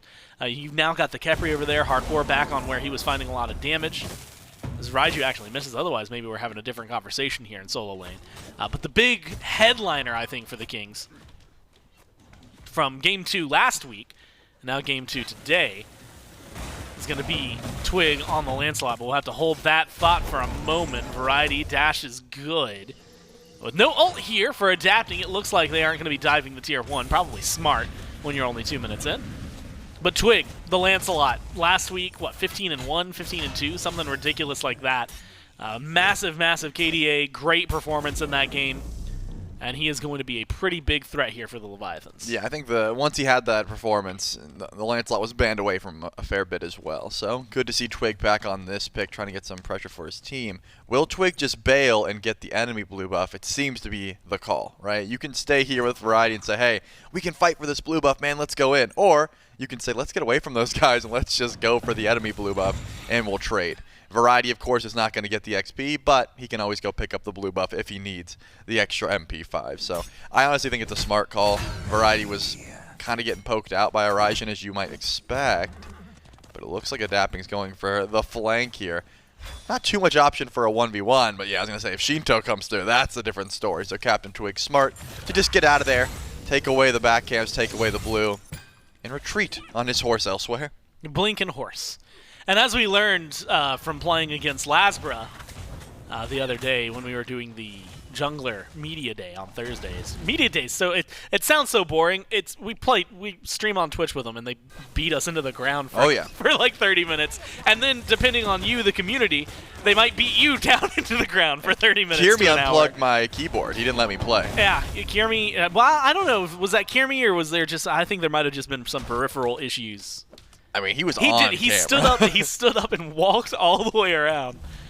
And at any point we could have retaliated, Trelly, but I'm proud of us for being the bigger people. Because I don't need that in my life, right? I was fragging. That's clearly why he unplugged it anyway. Yeah, so he was threatened by you. Yeah, he was just like, look, just because the Glads can't make any more roster swaps doesn't mean that my position might not get traded. Like, what if Trelly wants it? Yep, and that's the case. So Kiermi had to try and put me down, and I respected that. But you were leading into Lasbra's point. Well, Lasbra, the horse is the tank, right? Yeah. That's kind of what it was at. Exactly. He ran us down on Lancelot, man, in an arena game. But the horse is tanky, not him. That was the big key. As of right now, though, that horse has been very good at keeping exactly what you want from a Lancelot. Mobile, he's kind of been around. Present on the map, which we didn't get to see a lot from Twig. I mean, by the time he got involved last game, he was kind of just getting killed by the Anubis. There was not a lot of chance for him to get anything done. And that's sort of the issue in jungle, is if you want to get active, you need to do it before these carries get to a point where you can't fight them anymore. And if your team's behind and they sort of feed, in this case, an Anubis before you get there, makes your job just so much more difficult. So I like the fact that, number one, that Khepri is not on the table anymore. The Camelot Kings can have a much easier time trying to get to some of these immobile characters. In this case, there aren't many. Of course, Sheento is now on Pele, who is the complete opposite of immobile. And then I still think fineokay probably goes into some defense next, so a more tanky style of Raijin. Blue buff, not going to be invaded. A little tardy to the party of the Leviathans. They're going to have to give up on that one. Variety's actually sitting at level 7, despite not being able to get his blue buff a couple times. Looks like he didn't do a good job getting farm elsewhere. Hasn't cared too much about that blue buff he's been losing. And honestly, I'm really excited to see what this lane ends up being. It's just such a different style of play, and maybe I'm looking less at the lane and more at the builds. Because right now, Jarcorrr, Quig step up, do steal away a purple buff. Now PandaCat, a little bit of a tussle, and you've got 2 more rotating in for a total of 4. But it is not going to be enough. The Leviathans managed to squeak on out of there 6 minutes in, still no first blood. The presence on the map in the farm game, well, Jelly, it's actually net neutral, right? About 100 gold separating them. Actually, with one wave going over towards the Leviathans, it jumps up to a massive 400 gold.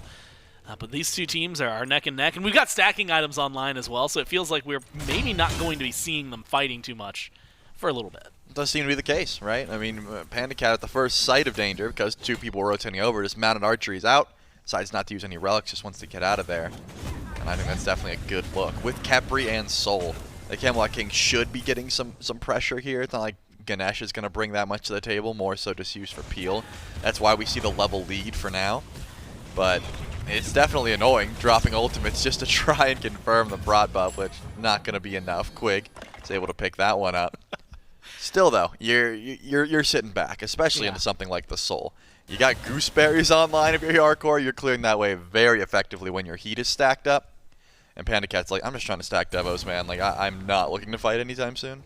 And it looks like Sheento ult in mid, and a counter to Tingz's ult, and gets a lot of damage out there. What I've loved about watching this Pele in mid is when they use those bastions to just spread the AoE. It's not about getting the hit, it's just about getting the damage. Oh. And at least applies some of it.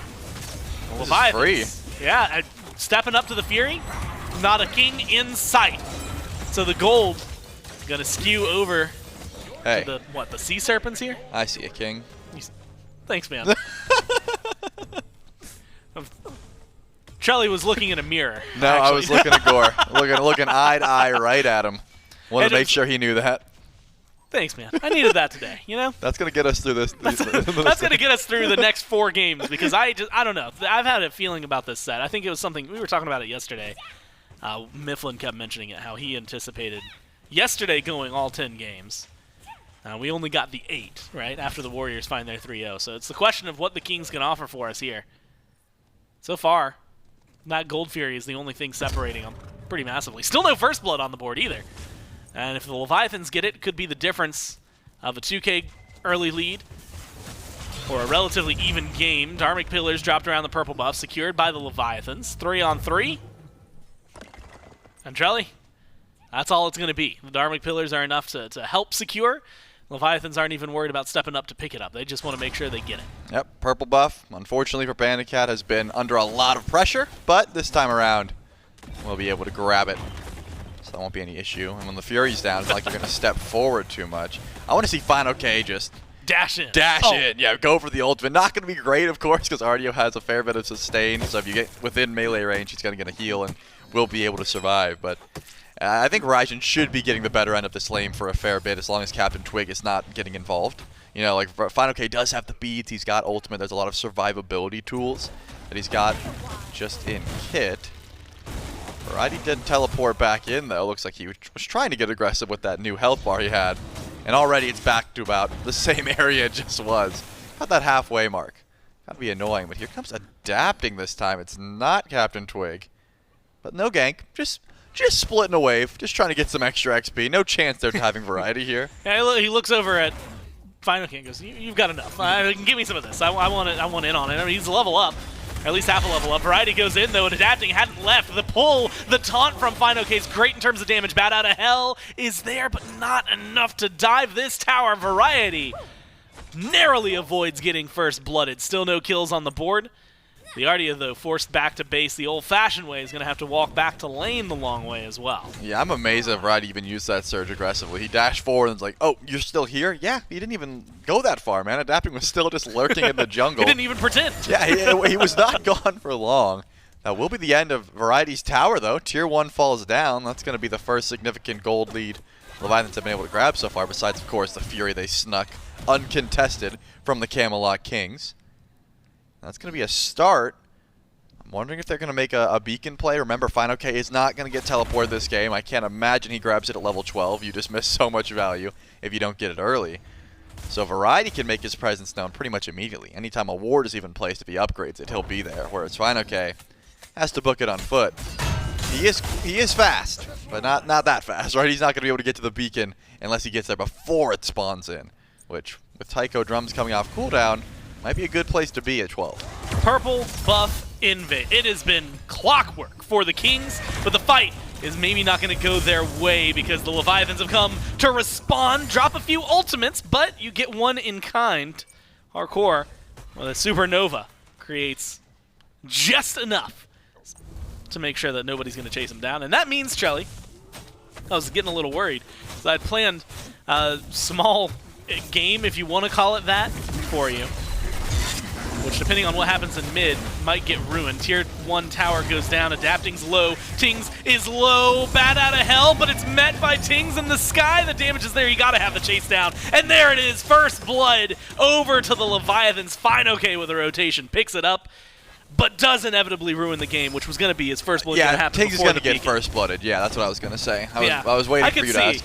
And now Variety might be in some trouble too, if you were wondering. That's something that I'm also predicting. Variety's got some survivability though. The heal comes through. Not enough anti-heal. Now it's actually Twig who's going in. And he's got the aggression, but does he have enough damage lockdown into a Raijin and a Pele? And is this pathing gonna end up hurting him a little bit? You need some more. The shield, good. And fineokay just off the mark with a few of those shots. So no more kills than just the one. But it does answer the question, which was going to be beacon first or kill. And had we gone on a little longer, I would have asked the same thing about a pyromancer. Luckily, the Leviathans in that one. And now, Trelly, I mean, we talked about a significant gold lead, 2,500, and continuing to push their way forward. Plus a beacon just now.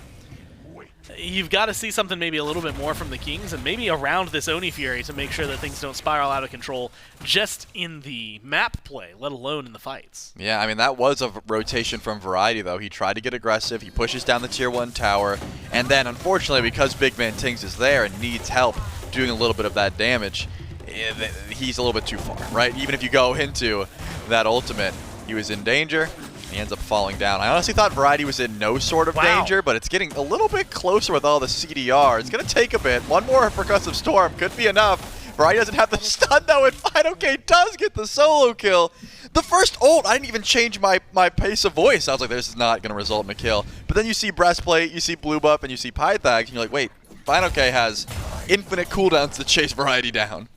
And chase down is the appropriate term, right? Because it wasn't just, oh, he poked him out and Variety kept coming back in. No, he was thunder crashing in on that guy. On cooldown. Whenever he had it, it was in use.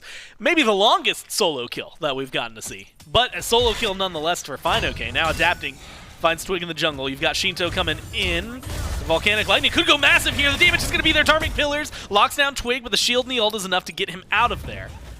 You've got a lot of return damage from the Leviathans, low health bars for Sheento, and adapting. fineokay, we just saw what happens if you give him a solid 40 seconds. So you've got to be careful around here and around the fights. And it seems like the Kings are going to recognize it and play back. Yeah, I mean, his ultimate is already back up. That's how long ago it was used. So fineokay certainly ready to fight at any given moment.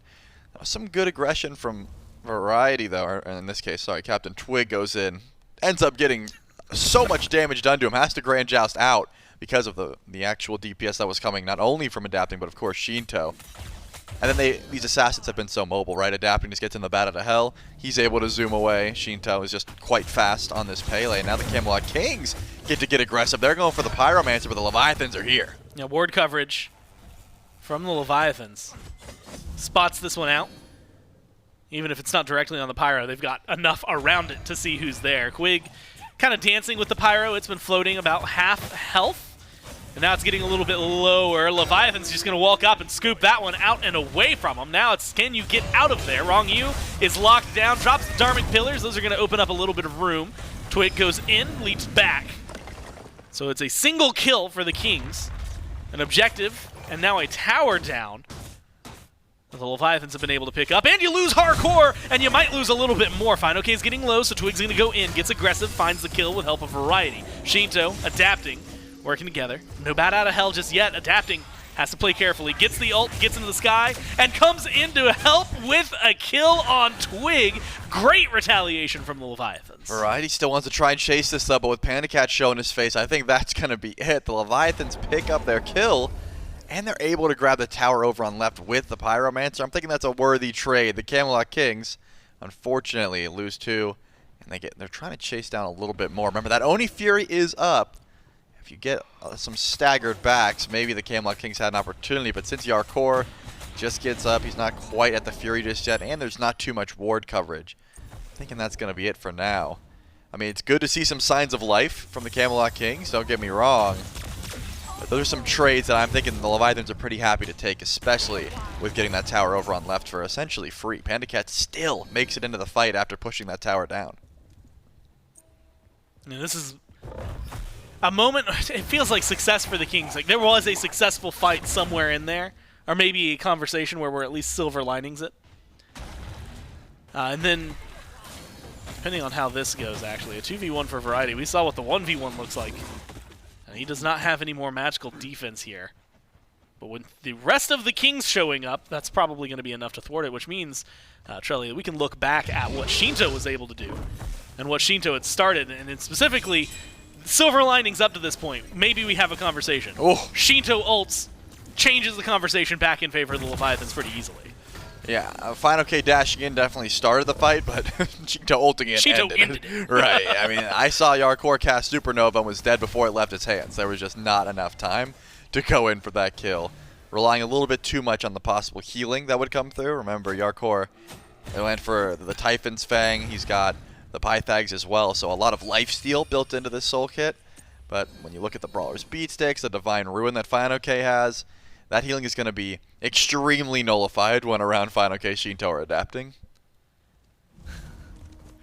Shelly? Yeah. I'm very sorry for what I'm about to say. Okay. What do you call a Khepri in Marty's Tall Grass? I don't know. Gore, what do you? Invisibug. Okay. He's going to go for the pull onto Sheento. It worked. It got his And he's got a beats. little bit of damage. He's a genius. But does he have any survival is the question. CC locked down from the Leviathans. Good. Forces Quig to use the ult on himself, and he falls back. Bat out of hell. Used by adapting, and immediately on the retreat. Both squads managed to walk out of there, but like you said, relics getting used. Specifically, Sheento not having beats. And man, it is easy. We have not seen Marty for a while. But that damage potential is through the roof, and we just saw some of that on the fineokay. Dangerous, honestly, dangerous territory. As, you know, 3,000 gold, it's still a good separation in favor of the Leviathans, but the Kings' fights, as they've grouped up, has gotten just better and better. Now the Kings are looking towards Oni Fury. A lot of the Leviathans had to back up because of that poke damage from Marty, which means Fury's being looked at. They just now got onto the ward cover. Look how low this is already! Sitting 1/3 health. Dropped completely by the Kings, though. They're looking for the fight. They've got Sheento locked down. Sheento is going in, though, and has some help from fineokay. They get rid of Variety with a delete button. Now Kings forced to ult fall back, and that damage did not find anywhere. Thunder Crash forward from fineokay. And now trying to find the lockdown. Has some damage from the Taiko drum. Spreads that onto Jarcorrr. Forces most of the Kings to fall back, and much like the poke we saw in the Leviathans, the reset works in their favor. They get to come in, push back the Kings, go for the Oni Fury, but the Kings appropriately react, go for the Pyro to make sure they aren't losing out on everything. Leviathans don't want this to go down for free, though. Look, they're already on the rotation, can adapt and catch anyone. Doesn't seem like it. Quig is able to make it out before that rotation. And the Tier 1 tower looks like it could have been grouped for unless the Leviathans had something bigger on their minds. And they're going to start up this Fire Giant pre-20 minutes. Quig spots it out immediately, and here come 5 Camelot Kings. They're close. Now their burn, it's way different than it was last time around. This is going to get spotted out as well, so 50-50 up the sky. Kings come in, get the Fire Giant, and can they get the fight afterward as well? They got a lot of healthy health bars, and they're moving forward. Thunder Crash disengage from the Leviathans, but you have to think they're running home with their tail tucked between their legs, upset as the Kings come in and steal the FG. Jarcorrr, Stellar Burst is the one that gets the final confirmation. And I love that play by Quig. He doesn't just retreat. He recognizes his team's kind of weak. Maybe I need to stick around just in case something happens near this FG. Calls the bluff. Leviathan say, hey, we're going in. We're just going to vote for the 50-50. They didn't have any immediate bursts, though. They didn't have a runic bomb that they wanted to go for. Or if they did not end up getting the actual confirmation because it was Jarcorrr that steals it away. And now the Camelot Kings get their chance to try and catch back up. A lot of towers to try and grab here if you're the Kings with that Fire Giant buff to put that gold lead I mean, by the end of this, could be in their favor if they get everything. I imagine the Leviathans aren't too afraid, though. I think they're just going to cower underneath Phoenix and give these tier 2s up. If anything, they may try to set up an ambush themselves. It is fineokay and Sheento hiding over on the right side of the map. But it's only CaptainTwig and Variety to try and defend for now. And Variety, at this point, has some magical defense. So if fineokay is going to continue the control that he's had, he's going to need like 80 seconds now, not just the full 40 to make sure things happen. I'm really watching with caution, I guess, what the Leviathans and Kings are doing in retaliation to each other. A little bit of presence on right and in mid for the Leviathans. Now left tier 2 knocked down thanks to Jarcorrr and Tingz. So the King's able to get some of the gold. And Charlie, this is what I was saying. With 3,000 gold, it's not as big of a difference maker. And even though there wasn't a massive fight just after, getting that Fire Giant, enabling 2 big tower pushers to then push towers, the Kings have almost, still a little ways to go, but almost brought this game back into even territory. A couple more towers, maybe one more tier 2 if they can get the tier 1 on right.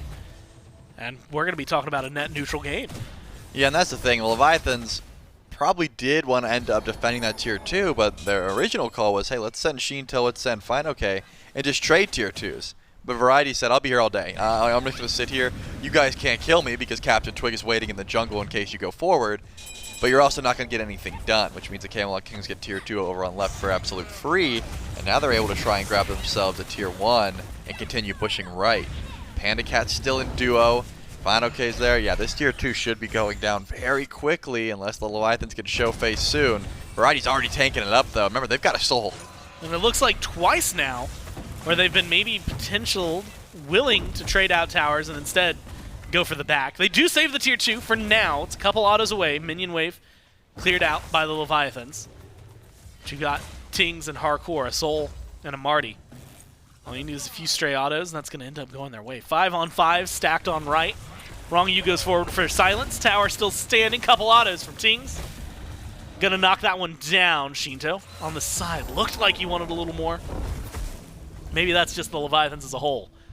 But they're unable to find it.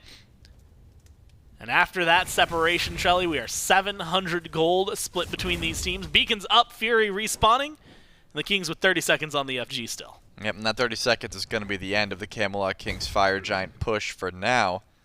Leviathans, they really did want to keep those tier 2s alive, but they weren't extremely confident fighting into an FG, which I think is probably the smartest call you can make, right? Sure, from an even standpoint, it gets a little bit worse for you than it was, 5-6 minutes ago. But it's better than fighting into the actual Fire Giant buff, which is enhancing everyone on the Camelot Kings.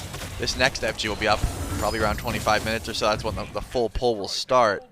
But we're still early on in this game. I mean, both of the ADCs haven't upgraded their starter items yet. They're working towards it. PandaCat couldn't do it even if he had the gold, and Jarcorrr is just trying to farm up, just hit that level 20 mark. And that's usually when FG starts to look a lot more doable, right? When your ADCs have the upgraded starter, they hit level 20, they have enough DPS to sort of back up that pull. And if we're talking about just pure burst for an objective, because we have to bring it into the topic here. I mean, Leviathans go for an FG, it gets stolen away. Jarcorrr still has the best burst on the map. I mean, that Stellar Burst into Supernova is going to be doing more than any one ability the Leviathans have. And since they don't have a Runic Bomb in tow, you can't even count on a steal, right? I mean, Variety's got the only one in play. The Camelot Kings should feel confident if a Fire Giant pull starts, but I don't think they're going to be the first ones to go for it. Good old-fashioned retired player combo. I can't remember if it was on Reddit, maybe it was on Twitter, someone saying that we can't call anything with Soul the Barra combo anymore. I'm going to, though. You can't stop me, unless, I guess, Barra messages me, in which case I would. But nah, he's got a legacy. Right now, that legacy is being carried over, torch-wise, by Jarcorrr, maybe? We'll find out. That checks out. Because he's playing Soul. That's the only connection. Titans in mid, Clash, Titans in mid, both go down. So that 24-minute beacon, not giving us a moment like last game, but does give the Kings small advantage, at least in terms of positioning. Like you said, burst-wise, Jarcorrr. That's what they need for the FG.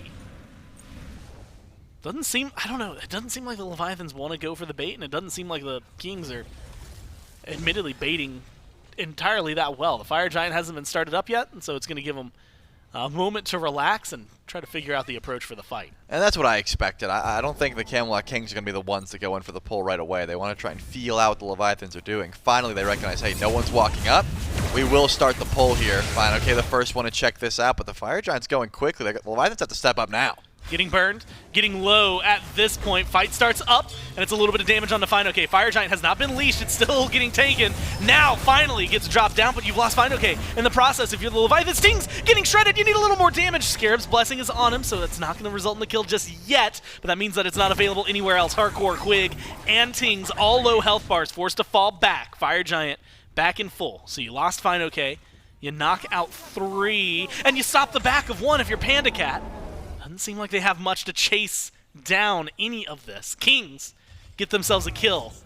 They lose pressure in the FG pit. Man, if fineokay stays alive, the Leviathans were looking real good in that fight, right? He was the only one who was getting weak, and if anything, the Camelot Kings used a bit too much.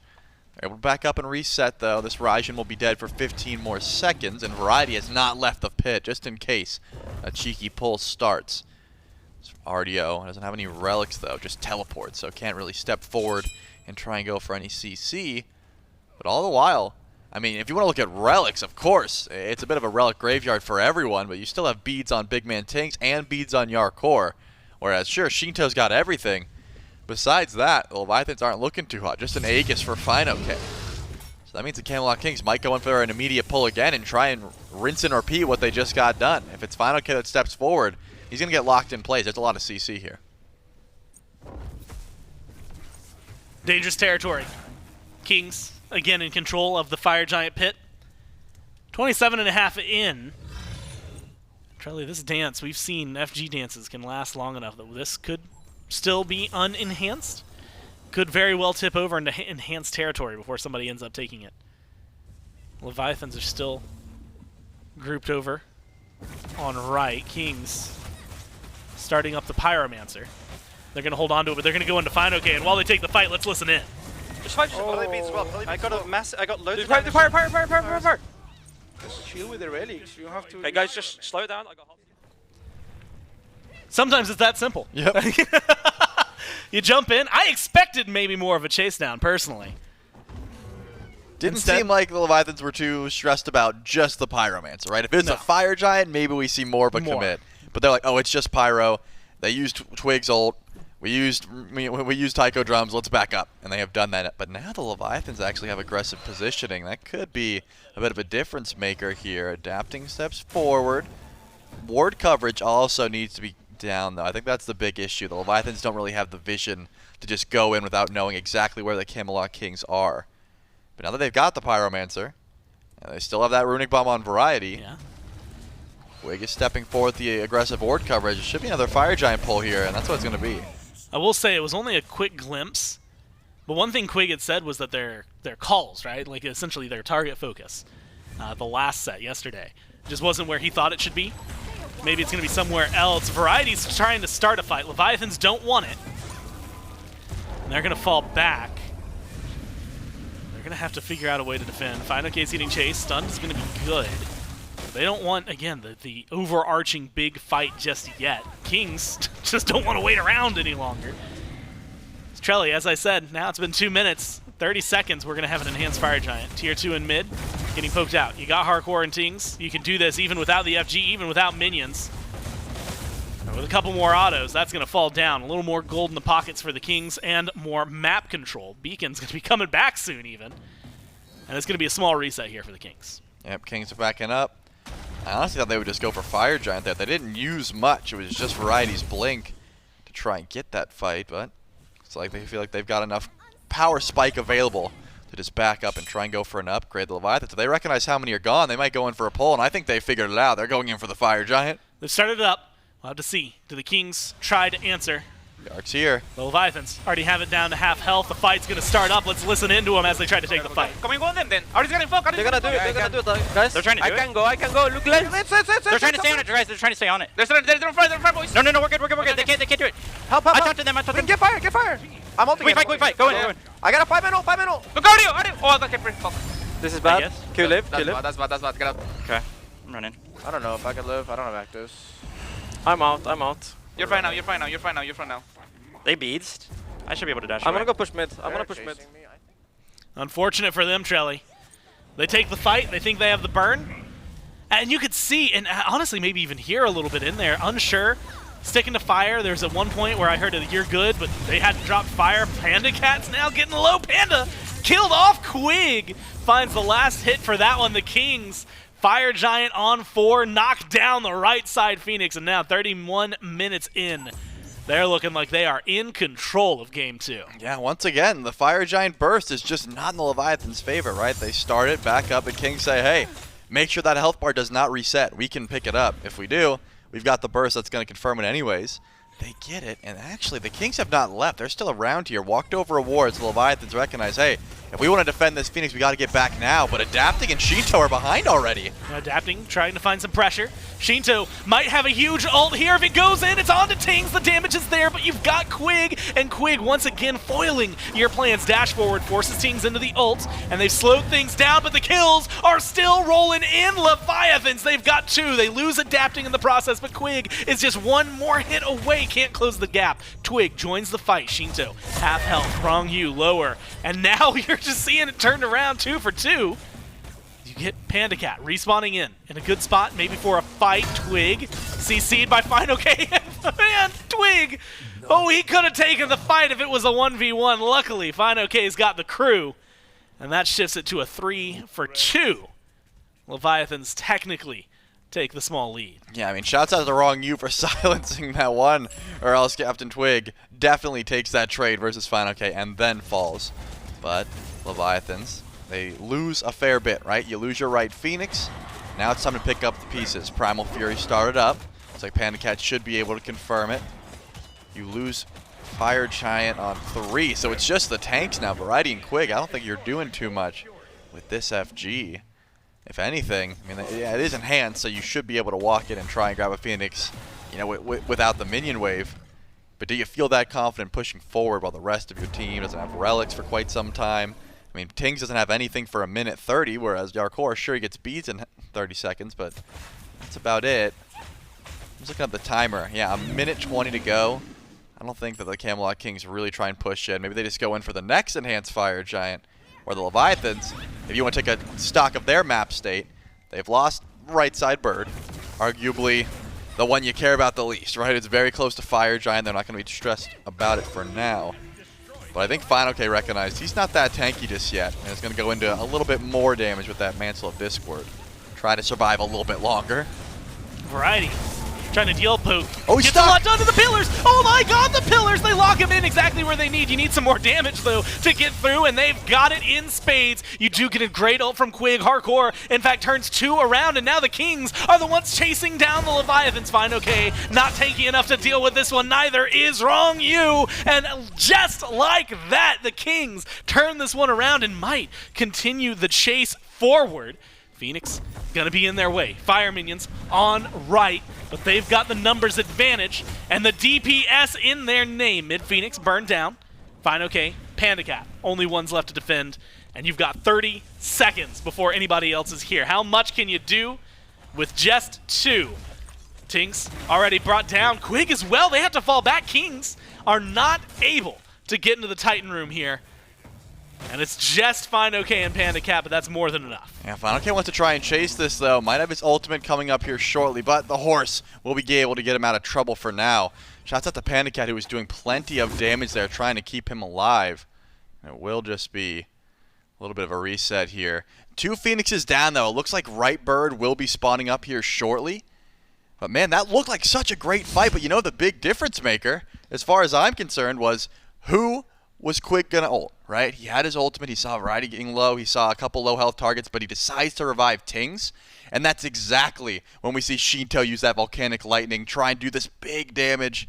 Doesn't end up working out, right? He dies on impact. The second he gets in, Scarab's Blessing comes through, CaptainTwig gets so much damage off. This late game Lancelot is an absolute threat. That extra health bar you get from the shielding from the horse means that he can make plays like that, where he can start the fight off, you know, on the horse, get back on the horse later after the ultimate. it's been annoying to deal with, and I think the Leviathans are really feeling that. And in that last one as well, you also have to factor in Jarcorrr, just like his existence. Yep. I mean, it felt like such a great fight for the Leviathans, and then he's just like, wait, by the way, I'm Soul. Like, hey, if you don't remember, we're 35 minutes into this game, and I'm a late game like hyper carry. That's like what I'm known for. And so a little bit of a bounce back and forth as the game stays paused here, but ultimately defended. Yep. And that's kind of where we're at, I think, at least mentally for me, is the defense mounted for the Leviathans, gives a little bit of space, and buys some time. You've lost, 2 Phoenixes now? Yep.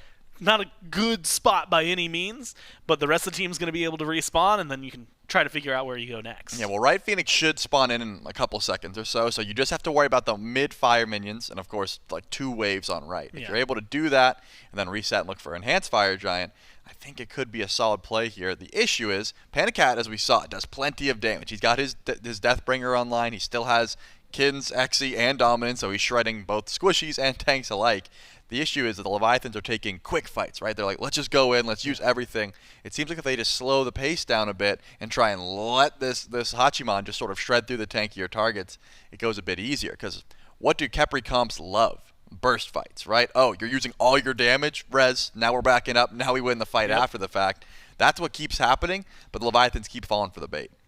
And there was a moment, at least in that last one, where I was like, oh, good. And like, if you're going to proc Scarab's Blessing, either proc it fast or don't proc it, right? Like, you've got one of 2 options, it feels like. And most of the times they've been like, hands off. Like, nope, not going to go for it. This time they finally went in. And I was like, okay, this is the moment. Like, this, you finally, like, you just decided for it, run them down, burst it through. And then, like you said, it was a not good scenario instead. It was, oh, hey, that guy's got a lot of his health back now all of a sudden, and he's going to start throwing those cooldowns right back at us.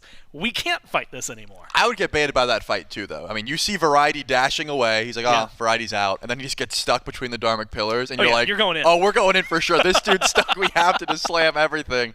Props to Quig. Again, that's a game time decision. Like, I want to save my ult. I want to try and save the tank, but I mean, it's BigManTingz, you know? We got to make sure that the Marty stays alive, right? So it seems like that was one of the calls that he had to make, and ends up working out. So right Phoenix did spawn back in. The fire waves have been dealt with, and now it's going to be all on this Enhanced Fire Giant. Looks like Adapting is the one who's going to have to deal with mid. And the Leviathans are grouped up towards this Enhanced Fire Giant. 35 minutes in. Going to be very difficult to try and contest, because we've already seen the Leviathans don't have the burst, right? It's the Camelot Kings who have consistently gotten every single Fire Giant or Enhanced Fire Giant. They've got the burst. No runic bombs in play. And the Camelot Kings have aggressive positioning. So far, their aggressive positioning the last couple of times, it's worked out pretty well for them, right? You've got 2 Fire Giants under your belt, 1 enhanced, 1 not. So it'll be the test to see if whether the Leviathans can step up, counter that aggressive positioning. Variety, first on the chopping block. Fire Giant already picked up. Fire Giant burned down. Wow, Leviathans didn't even get the chance to respond. Couple taunts from fineokay on the ultimate. Pull Variety in. He's relatively low, and now the rest of the team decides to jump in. They've got the damage, but there's that Scarab's Blessing. Now you turn. Turn to Quig. Where do you try to burn? It's Quig who might be the target. He's big and easy to hit, but not enough lockdown. Or maybe on the other side, too much lockdown from the Kings for the Leviathans to keep on chasing. 5 strong with Fire Giant enhanced at that. You kill some time. But the Kings in the power play position. Yeah, I mean, the Leviathans wanted to go in for the fight. Scarab's Blessing split perfectly, and even though it seemed like maybe you could run down Quig, CaptainTwig was right there. Sent out the horse. Once they saw how much damage that horse did, everyone's like, wait, do we really want to chase into this small corridor where Grand Joust is still available? Definitely not. Quig is actually just zoning all the Leviathans here by himself. They go in, yeah, Sunder gets him off the horse, but he still has ultimate. We'll be able to get out of trouble. And here comes the rest of the squad. And his health bar low, ult used, but it's disengaged. Get some damage onto Ronngyu. You've got the rest of the Leviathans looping around the back. Damage thrown onto Sheento. Not able to do too much, and Sheento, while still has his ult, would be dangerous to go in here. fineokay throws out some of the taiko drums. Again, a lot used.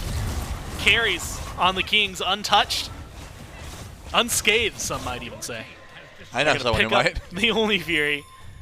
And now Shelly, again, the world is their oyster. They can do whatever they want. They can. Grab the Fury.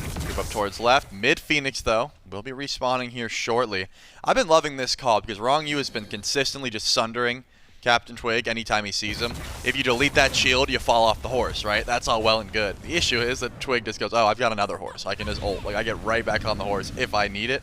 So you're sort of losing a bit of Sunder's value. You want to use it more so on the tankier targets. Deleting the shield is nice, but I think using it on the second shield after the ult is really the value you'll gain. CaptainTwig and Variety, though, find out Sheento, while the rest of the squad looking for a left side bird. Sheento has to run, though. That left side Phoenix is the real target. Dash in from fineokay onto Variety. He's going to create a little bit. Left side Phoenix, oh my god, we look away for a second. It goes from full to 0 into the ult. The Jousting Fields from Twig gets damage onto Sheento and adapting. Mid Phoenix, next target, Quig tanks it up. Remember, this is enhanced. It's going to be pretty easy for him to do exactly that. Step in, few autos, knock the bird down, 2 in the blink of an eye from the Leviathans. And now the defense relies on 1 right side Phoenix and 5 guys with a dream. 39 minutes into this game. It's 10-10. The kills have not been rolling through. Damage has been in there in spades, though.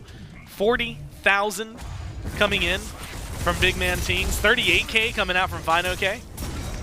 And both of them leagues ahead of the next highest. 30, 27s, 26 even for a few of them.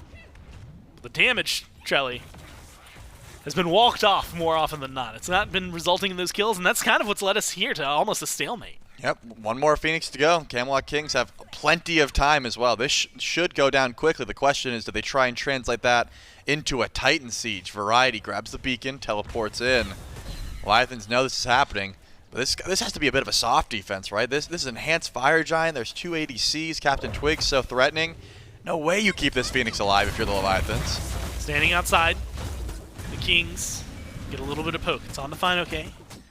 He's tanky enough that it's not too worried. Honestly, even a little bit of healing going his way, or at least survivability, sustain, to make sure that he's not really that worse off. Dashes forward, and it looks like they want to take the fight to the Kings, and they burn down Quig, and they burn him down instantly, and now the fight suddenly is in favor of the Leviathans. Chase is on. Can they get the damage when you don't have the savior? That is your Khepri. They've got it, and they've got it in spades. 3 gone, traded out for adapting. Ronngyu barely making it out of here, but making it out nonetheless. Variety getting chased down by Sheento and Panda. fineokay chasing down Twig, who's got fire minions. He's going in for the Titan? No way is he going to go that deep.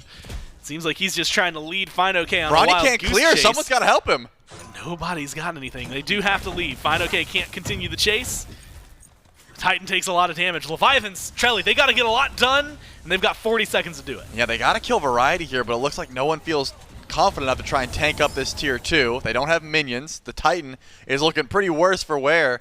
I mean, you push out some waves and go in for Enhanced Fire Giant, but look at the respawn time, where Quig is going to be back up in 20 seconds. And EFG hasn't even touched down yet. This is a scary position to be in for the Leviathans, because if this gets stolen away, your game is over. Yeah, you've got time before Fire Giant is even on the board. Like you said, it's going to come in. You got to burn it, and you got to burn it fast. But you've got Twig, you've got Variety in the neighborhood. They're not going to let this go for free. Variety walks forward. He's looking for DPS. And CC onto Sheento. Dharma Pillars drop. Oh, he's Variety gone! just burned down. So now it's up to Twig. What can he do? And can he buy the time that's necessary? He's looking for the steal, looking for the fight. Leviathans controlling FG. Horse. You got to be able to find it. You got to get the kill. And the FG, they find both. Double for Sheento. Fire Giant on 5. And now if you're the Leviathans, you got to ward up, right? The Camelot Kings, as far as I'm concerned, have only 1 play. They're going to lose every advantage they have if that Titan does not drop before the Phoenixes spawn in. And you're the Leviathans, you got to sit here, right? You have to make sure this Titan stays alive. Doesn't seem like they're making any sort of grand quest all the way up to the Titan room. So if you get caught out, you're getting run down. Sheento's got plenty of movement speed, Enhanced Fire Giant. What a turn this game has been. Leviathans are just in such a good position now. The second those Phoenixes spawn in, the Camelot Kings have lost all of the advantage they've worked so hard to try and build up. You've got, I think, 1 more Fire Minion wave going to spawn in both mid and left. Maybe not even the full wave. We might have already seen the last wave, at least for left. Mid might get 1 more before it spawns in, and it will. Look at Sheento and Panda's inventory, too. They're holding on to those 3Ks. I think they're feeling pretty good about them, too. Yeah, I would say so. They're like, hey, our Phoenixes spawn in. We wait for these the actual Phoenixes to heal up. We wait for the fire minions. And then we push forward and try and get... Oh, by the way, all 3 tier 2s are still available. The Leviathans have not been in an actual aggressive position since that first fire giant got stolen away. There's a lot on the board for them. And Charlie, if we were 20 minutes ago, I'd be saying, well, that's great. You know, you'll close up the gold lead. That's what those towers can do for you. 43 minutes, you might not even need to kill all of them at this point. You could probably just run past them. Well, you have to run through one of them at least. Get to the Titan room as fast as you can. But you need a fight to go your way, and you need to do it while you've got the power play. 2 minutes left on that one. There's a chance they've done exactly what they needed to stall the game. But in an ideal world, especially for the Leviathans, you get to be a little more hands-on on the map. They take the tier 2 in mid, expose 1 Phoenix, and then immediately retreat. They don't have a lot of minions working for them either. Not so much. They are very split, though, and I think that's the reason that fight went so awry. The Camelot Kings, I said, there's no way you don't get this Phoenix. You do if you split up the way they did. They left Quig by himself. He immediately just gets dropped into Dark Pillars in silence. And that's exactly what the Leviathans are doing. They're sending Sheento far right. They've got the rest of the team in left and fineokay in mid by himself. So if you have Sheento here, there's no way that you're pushing that left side Phoenix. You're waiting until the grouping occurs, which means it's up to the Camelot Kings. Do you want to go in a 3v5? Doesn't seem like it. They've got 2 in mid trying to deal with fineokay. Well, you've now got the separation that you need, though. Sheento and Twig in a potential 1v1 scenario over on right. 1v1 for Variety and fineokay, both able to rotate over. In fact, fineokay might be coming over towards right to help out Sheento a little bit more, and is being matched by Variety. So a little bit more degrees of separation. Variety goes in, stuns good. Damage is actually there as well. And it's not getting turned around nearly as much as you would think or hope if you were rooting for Sheento, but it does buy some time and maybe a little bit of space. PandaCat finds it. Runic Bomb's good, and they don't clear it out. No defuse kit this time. Left side Phoenix for the Kings. It's been taken out. Meanwhile, Trelly, look back up at that Chaos Titan, and more specifically, its nice full health bar. How things have changed in the last 3 minutes. Yep, 1 more beacon to go. Pretty sure this will send out the Titans once again. Very rare that we get to this position in the game. We have. And that means right lane is where the Titans will be going for the 2nd time. The Leviathans still have that Fire Giant buff for a bit. But do they feel like they can grab a Phoenix off this Titan push, or will they watch out? You said it right. This is a point where it's so late in the game, you give yourself a little bit of space and you can just end the game, right? Left side Phoenix is down. But same goes for the Camelot Kings, right? If they organized a grouping in the left jungle, they see that there are 5 Leviathans pushing up with a Titan, they could just walk in, just 3-tap a Phoenix, a weakened Phoenix, and just go in for the end call. That is certainly a possibility as well. So the Camelot Kings need to have their ward vision down. The Leviathans are watching out for it as well.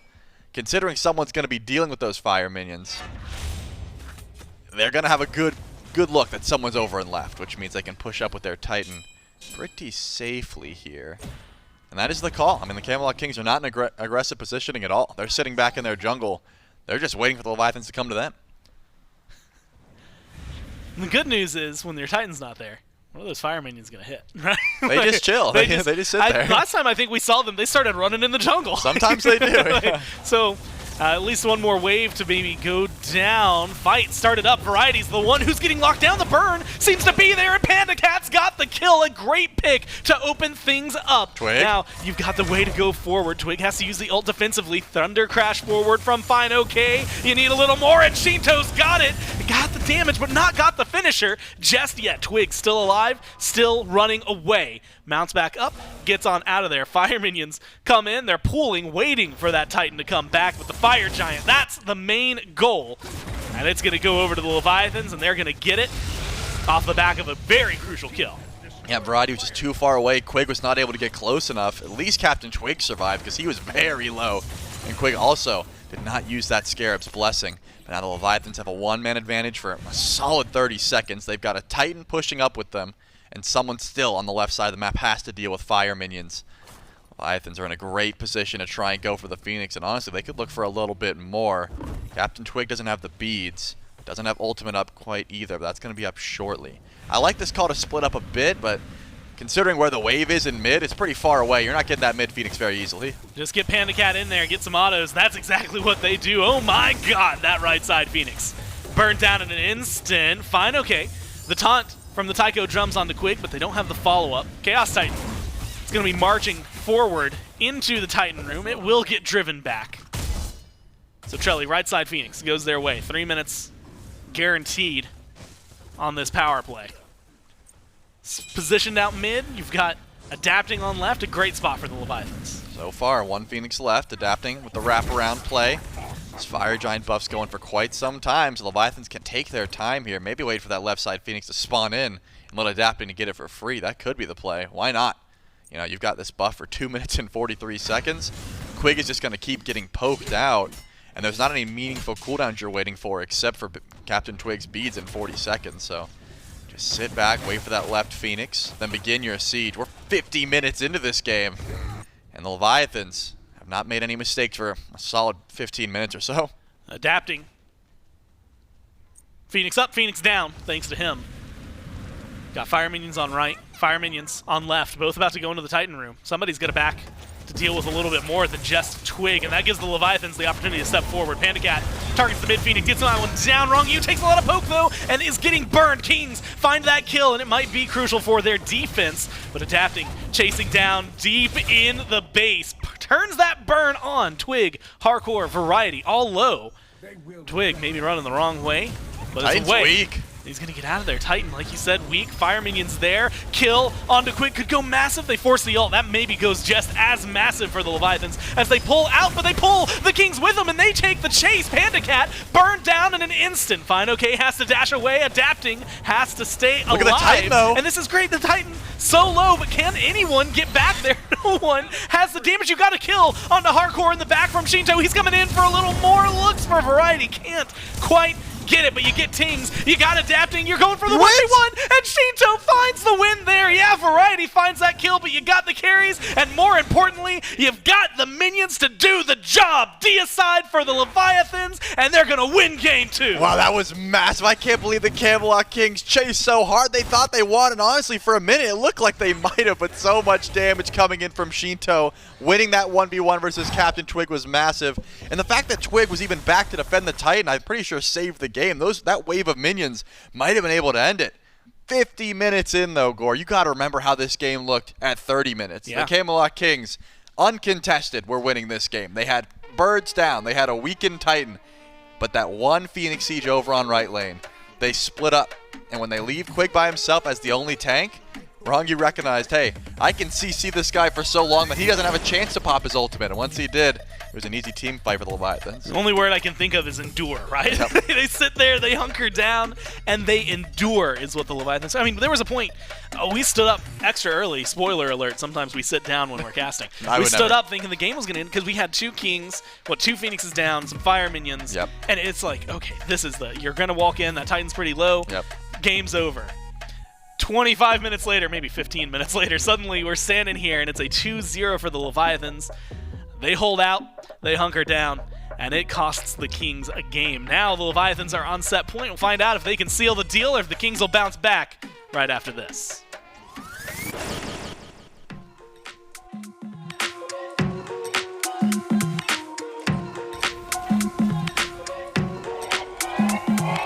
Little black dress don't change 산하게 원옥저 홍대 춤춰줄 것 같지 I know your friends 해 불러올래 어서 많은데 it's time Little black dress don't change 산하게 원옥저 홍대 춤춰줄 것 같지 I know your friends 해 불러올래 어서 많은데 it's time Yeah, hey, 클럽 안에서 원원하는 급식 ladies with the black G만 들어봐 여자들을 통화하는 style You know filthy 우리 더러워질 거니까 yeah 누가 참 여기 자리 비워한질래 High heels, crop top, 조금 가깝게 Got time, call your friends, 친구 데리고와 대표한 the king, understand little ma 너나 몰라 내 말 들어봐 I got my crew, got my squad, 우리 들어가 I know a girl, 너가 저건 좋아하나 봐 baby 1, 2 step skip 3 천하가 you can call me king 사진처럼 picture perfect hopping at the bench 미안하지만 주소에서 다시 attend 조금만이라도 여기 있어줄래 오빠차가 공연하고 we can kick it back Little black dress 동 신선하게 원옥 저 홍대 춤춰 죽을 같이 I know your friends 대 불러올래 어수 많은데 it's time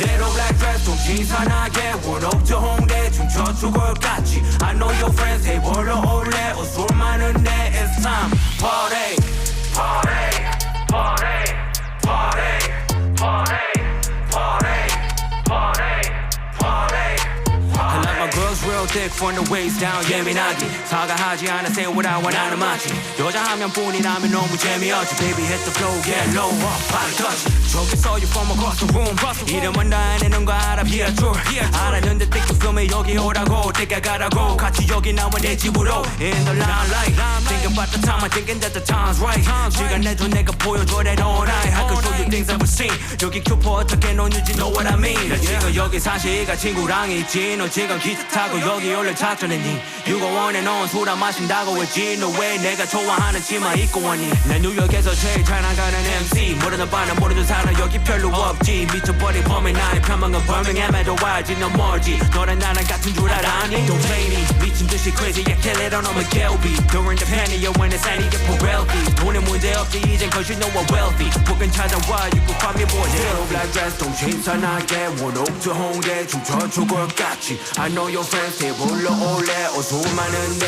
it's time Little black dress 동 신선하게 원옥 저 홍대 춤춰 죽을 같이 I know your friends 대 불러올래 어수 많은데 it's time Party Party Party Party Party Party Party Party Party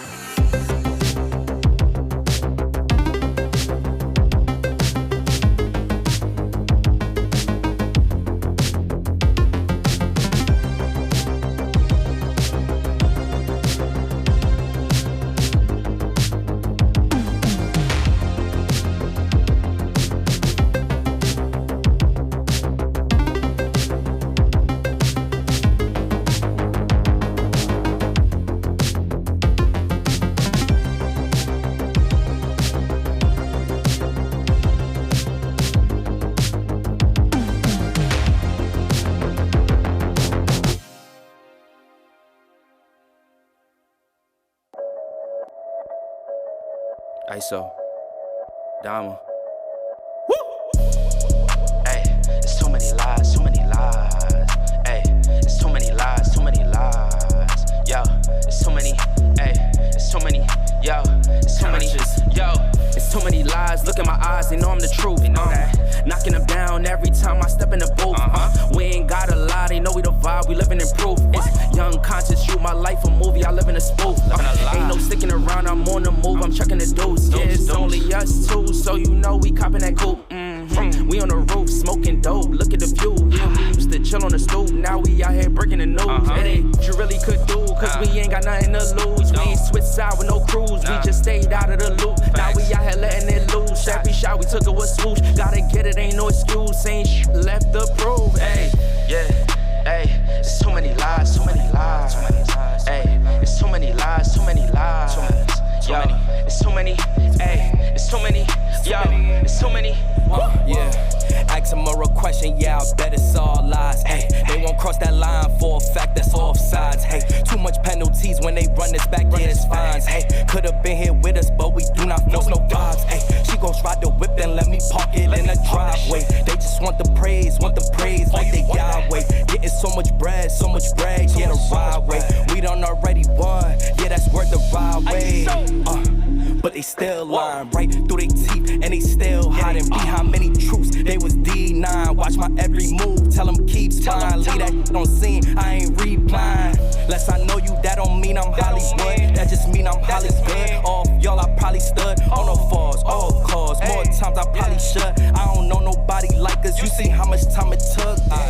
Yeah, hey, it's too many lies, too many lies. Hey everyone, welcome to Tangential, the game show where we're going to ask things that are vaguely related. Today I'd like to welcome Frog, who's onto the show. I've been told nothing. I'm ready. Naturally, you go by Frog. That's true. So, I'm going to be asking you questions about frogs. Oh God. So really, first and foremost, how well do you know frogs as a whole? Not at all. I recently looked up all the different types of frogs because I was looking to name my account in-game as like different types of frogs, but that's it. All right, so first question. Frogs are scientifically classified in what order of animals? A, Squamata. B, Anura. C, Gymnophiona. Fiona has a name in it, so I'm going to go with Gymnophiona. That's the guess. That is incorrect. The correct answer is Anura. Dang. As you had just answered, you know, they are part of the Amphibia class. They're part of the Animalia kingdom, the Chordata phylum, the Vertebrata subphylum. And there's a lot of science words in there, but Yeah, that was a mouthful. The Anura or Salientia. Of course. Yeah, of course. Right. Everybody knew that, right? So question number 2, what is the largest species of frogs? Is it the African bullfrog, the Pac-Man frog, or the Goliath frog? I am going to go with African bullfrog. Locking it in. That is wrong. It is the Goliath frog.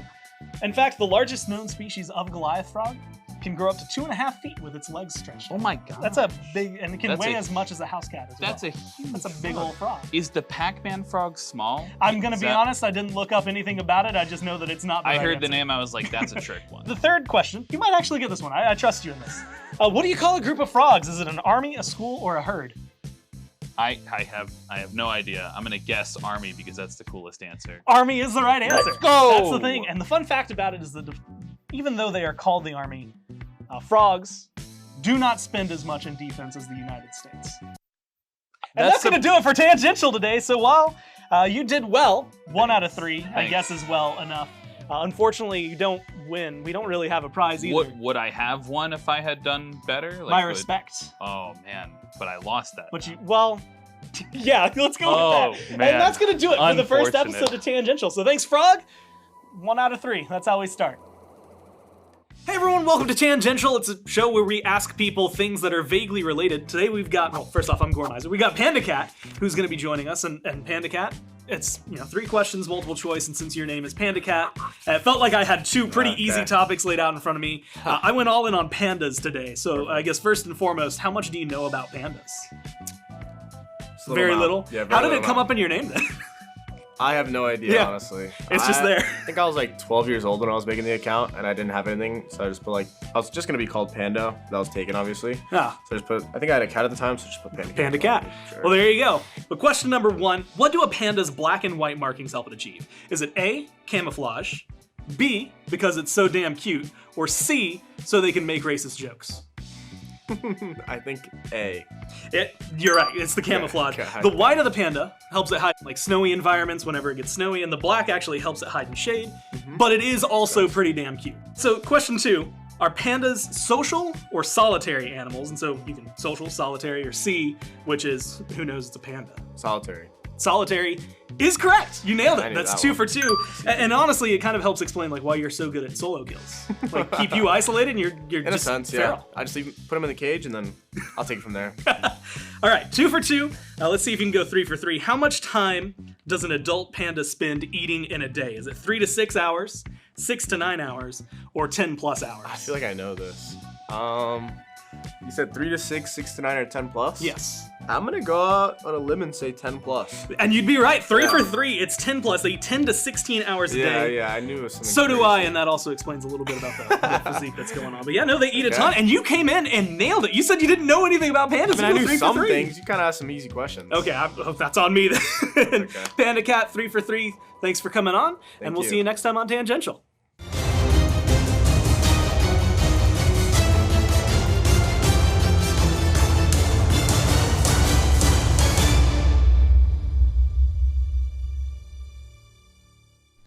Hello and welcome back here into the SPL game number 2, all wrapped up between the Camelot Kings and the Leviathans, but we do have a little word that we need to say about the state of game number 2, and to do that, I'll throw this over to Mifflin, who's got the official wording. Official competitive ruling in from our admin team. Raijin is now banned for the rest of the weekend. The Camelot Kings were given decision on whether or not to continue that set, and they made the decision actively to continue playing it in its state, so the game win will stand for the Leviathans, and that's about it for now. Raijin banned out, Leviathans find their win, and that's it. And that's pretty much the bulk of what we can glean, at least for the end part of the game. So let's look instead at the first 35 or so minutes of that game that was looking really strong for the Camelot Kings during that part. Able to get themselves a nice lead, holding on to these at least strong, objective-minded plays, and the Camelot Kings do look great in their first 35 or so minutes of the gameplay. Then we encounter the portion at the end. We'll glean past that one, but just look towards at least the highlights of the Camelot Kings for being able to bounce back, especially after a difficult game number 1, Miff. Yeah, I mean, it is so tough, right, to evaluate exactly how things would have panned out because of some extenuating circumstances. It is worth noting that this is a much better version of the Camelot Kings. I thought that they did a good job controlling the pace. Anytime a King set has low kills throughout the early game, I think it has gone to their plan, so once we got to that team fight phase, things started to really turn around. Raijin in particular, damage started to fall off out of that soul lane, but up until then, things were going okay. And then eventually, things got rough in that the Leviathans really were capable of leveraging a lot of their aggression into the backline. I felt like Ronngyu had himself a phenomenal set in particular. A lot of those Dharmic Pillars so game-changing, so good at splitting up the backline of the team fights. Those silences well channeled. Quig struggles to find a few of those Scarab's blessings due to the interference of Ronngyu on the other side. But at the end of the day, it's individual picks and just game map state that cost the Camelot Kings. Titan was down to about 50% just from minions, and the Leviathans, with the backs of the Camelot Kings against the wall, able to keep that pressure up, drag them out of base, and eventually take that team fight win.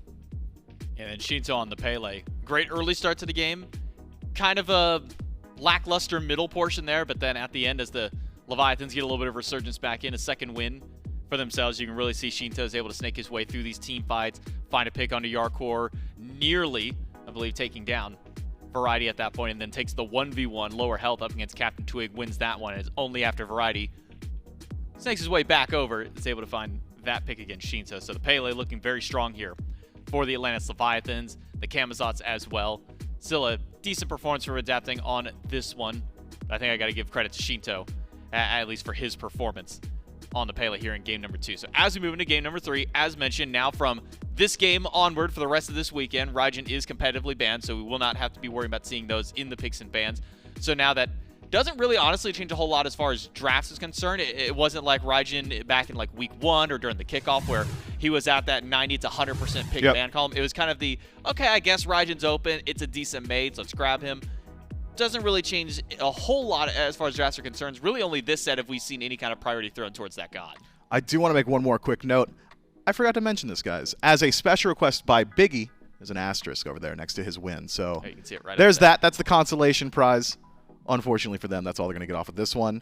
I think it's now bounce back time for the Camelot Kings because, as you said earlier, it really was a much better first 30 minutes from them. I thought getting CaptainTwig on his flavor pick and Lancelot looked very good. So playing the Kings game, it's always been what they said they were trying to do during interviews. It's always, we're going to play our own style. We're not concerned with what everybody else is doing. Maybe they could do that once more. I'm keeping my eyes on Twig in particular, though. That Lancelot was a far, far upgrade from what we had seen previously from the Thor, from the Pele, anything like that. Bread and butter Twig is the best version of him. When the Camelot Kings are allowed to just play their own game, that is when they look the most devastating, given the opportunity to at least allow the game to run at the pacing that they wanted. I think that's the important thing for the Camelot Kings going in here into game number 3, is keeping up their ability to control the pacing of the game, because for some teams out here in the league, that seems to be their strengths. The Styx Ferrymen are a great team for that. When they say, oh, we're losing out on our first 10 or so minutes, maybe our first 15 not looking great, let's just stall this another 10 or 15 longer than it needs to go, and then by that point the game is dead even, we can win out there. Camelot Kings, if they can find a similar level of pace control, saying, okay, maybe we're not doing so great in the early, let's just push this out a little bit longer, or hey, we are winning the early, let's keep up this momentum for themselves, could be a great way to try and stop the Atlantis Leviathans. Could be. And even looking at compositions, assuming that Raijin wasn't banned, I feel like that Raijin solo wasn't doing a whole lot throughout that 30 to 40 minute mark. It's worth noting, leaves the laning phase with like 21,000 damage, and then spends the next 15 minutes getting about 6,000 additional damage. So not exactly the highest output there. Thought that maybe that would come back to bite the Atlantis Leviathans as the game developed, but fortunately for them, able to find a few more opportunities on map, able to turn things around as well. And I believe it was a Fire Giant steal for the Camelot Kings that extends this match even further. So now it's all about setting your eyes on the horizon, and I think picks and bans is a great way to start it. Yeah, let's jump right into the picks and bans here for game number 3. Leviathans up 2-0 over the Camelot Kings. Again, just to reiterate, Raijin now competitively banned for the remainder of our weekend, starting with this game here. So we will not be seeing him pop up in either of those columns. So for the Leviathans, they're going to put some respect to CaptainTwig's name, and I think right to do so. After a great performance on this pick last week, a great performance here in game number 2, Camelot Kings will no longer be able to play this Lancelot, at least here in game number 3. That's banned alongside the Khepri, which I think as well, another strong respect ban with how great that pick has been for both these supports. Yeah, it says a lot from the Atlantis Leviathans being willing to ban out the Lancelot, which is, by and large, CaptainTwig's best pick as of now. But Twig still does have a few flavor picks that we could get eyes on going towards the Camazotz. He's done that once in his last 6 games. The Erlong Shen looked pretty good for him as well. But something we haven't seen since, I believe, Season 9 from CaptainTwig is the Hunbots. And I think that's one of his strongest picks as well. So it could be that if they go for a team fight-oriented composition, that we could be looking at that there. As it stands, though, majority of Magical Hunters still available. Finally, a shot towards one from the Leviathans. Freya taken off the table. General response from the Camelot Kings, likely to be an Olorun. Olorun is still available. Did the Kings ban that one? They've been very willing to go to Soul for Jarcorrr if it doesn't have any other magical ADCs to go towards. So even with the ban there, we haven't really seen PandaCat put the priority towards that pick yet, though it could maybe be an option for the Leviathans to take it away from the Camelot Kings if it does get left open and the Olorun banned out. But Camelot Kings taking their time on this ban. It will be Chernabog, so will remain his 100% pick ban rate with a third ban by the Kings. And I'm honestly surprised it wasn't a Snap Olorun pick instead. It's Amaterasu for Leviathans. This does leave the Olorun available to the Camelot Kings if they so choose. Massive team fight presence, Sanctified Field, one of the best ultimate abilities in defensive positions. If you want to hold down a tier 2 tower or a Phoenix, can't ask for more than Sanctified Field. If you've got the defensive positioning on Fire Giant, it essentially guarantees you Fire Giant if you can drop it around that 50% mark too. We'll see. I've seen a lot of bans so far this set, Camelot Kings considering their options. Otherwise, eyes immediately go towards the Assassins. Pele set still available, still incredibly strong. A few Guardians, still a little bit stronger than the rest as well. Instead, it's Hades as an immediate answer. Perhaps concerned about the Hades mid-flex potential for the Atlantis Leviathans. Generally considering that it's Hades solo just about always, I think maybe could have been an option to wait out that pick, considering the Amaterasu's already taken for the Leviathans. But instead, the Camelot Kings will not be leaving it up to risk, and instead take themselves a very strong front line already. Good threat on beats from both picks. Opposite end for Leviathans, Aphrodite Olorun.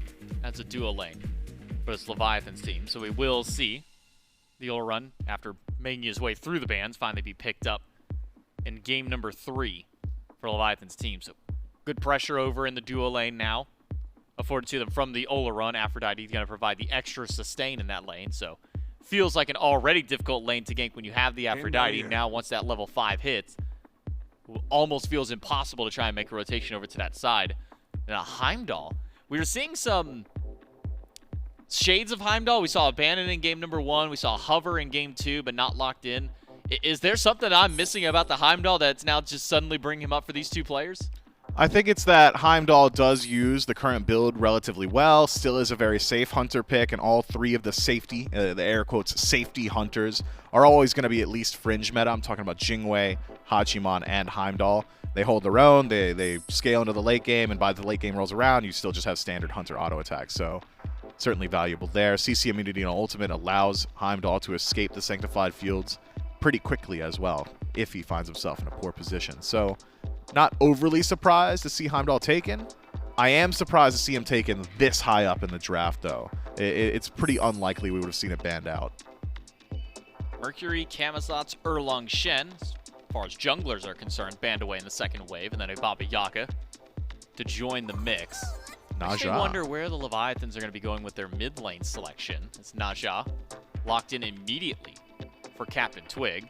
Doesn't necessarily have the big bang follow-up just yet. Waiting to see what that mid lane option could be for the Kings to round that one out. Levi, but surely Thor, right? Big bang options. Thoth, a great one. Sheento's had a great performance on this pick in the past, and as you were alluding to, the Thor. So a Thor-Thoth combo for the Leviathans. This gives them so much range and so much sneaky initiation. Scratch that, no Thoth. Pivot over to Pele, who is still left open through all this. Yeah, Pele is going to bring you the pressure, and it will be Thor joining her on the battleground. That is a lot of dive potential, but having not seen, or presumably not seen, the mid laner pick for the Camelot Kings just yet, this will allow BigManTingz to find something with a little bit more safety if he so chooses. And I'm thinking that's got to be on his mind. You want something with at least a little bit of mobility to deal with the walls from Thor, the massive dash from Pele, and that pressure output. Seems like the concentrated answer from the majority of players when you're dealing with Pele in mid is either Morgan Le Fay or someone with self-sustain. Because what we see so often from Pele is that she will trade her own HP bar for yours every single time. And so the answers devised were clean it with Soul Eater, okay, I'll just full heal on wave, or maybe I'll go for the Erlang Shen in mid like we had seen in the sets yesterday, have that 9 turns blessing as an option. Just go ahead and turn those fights on their head as well. Vulcan is a dangerous selection for the Camelot Kings here. It feels like Thor could just get behind him, throw up the wall, and all of a sudden Vulcan's locked down. But the volatility would not just reside with the Kings. It would also be on the Leviathans. Naja plus massive damage, damage ultimate, right? Just a good combo that's been working all the way back since 2012. I was not expecting to see a Kukulkan today. It is a BigManTingz classic. And that's the the Camelot combo. Kings. I was also thinking Vulcan not fun into Pele because if you just happen to drop turret down somewhere randomly and Volcanic Lightning still active, that's a free auto target that literally can't move and just provides that cone. But they go back to it, so it will be Vulcan for the Kings. No Kukulkan that was hovered. Instead does go to the man of the Forge himself. He already talked about how the combo from the Vulcan and the Naja could be played through. Not necessarily the easiest timing, but not the hardest timing to land that one. They've been playing this combo enough together that they should have that one no problem. Plus, anybody locked down inside that Hades ult, another option over for that way. So you mentioned the threat on beads that both the Hades and Ares provides. Leads me to believe that this should be a easier game for CaptainTwig to be able to get those consistent sash stuns and to be able to get those ultimates off. And it's a more niche interaction, but essentially the exact same outcome is through the realms. You could just use Heimdallr ultimate similarly to a Naja ultimate.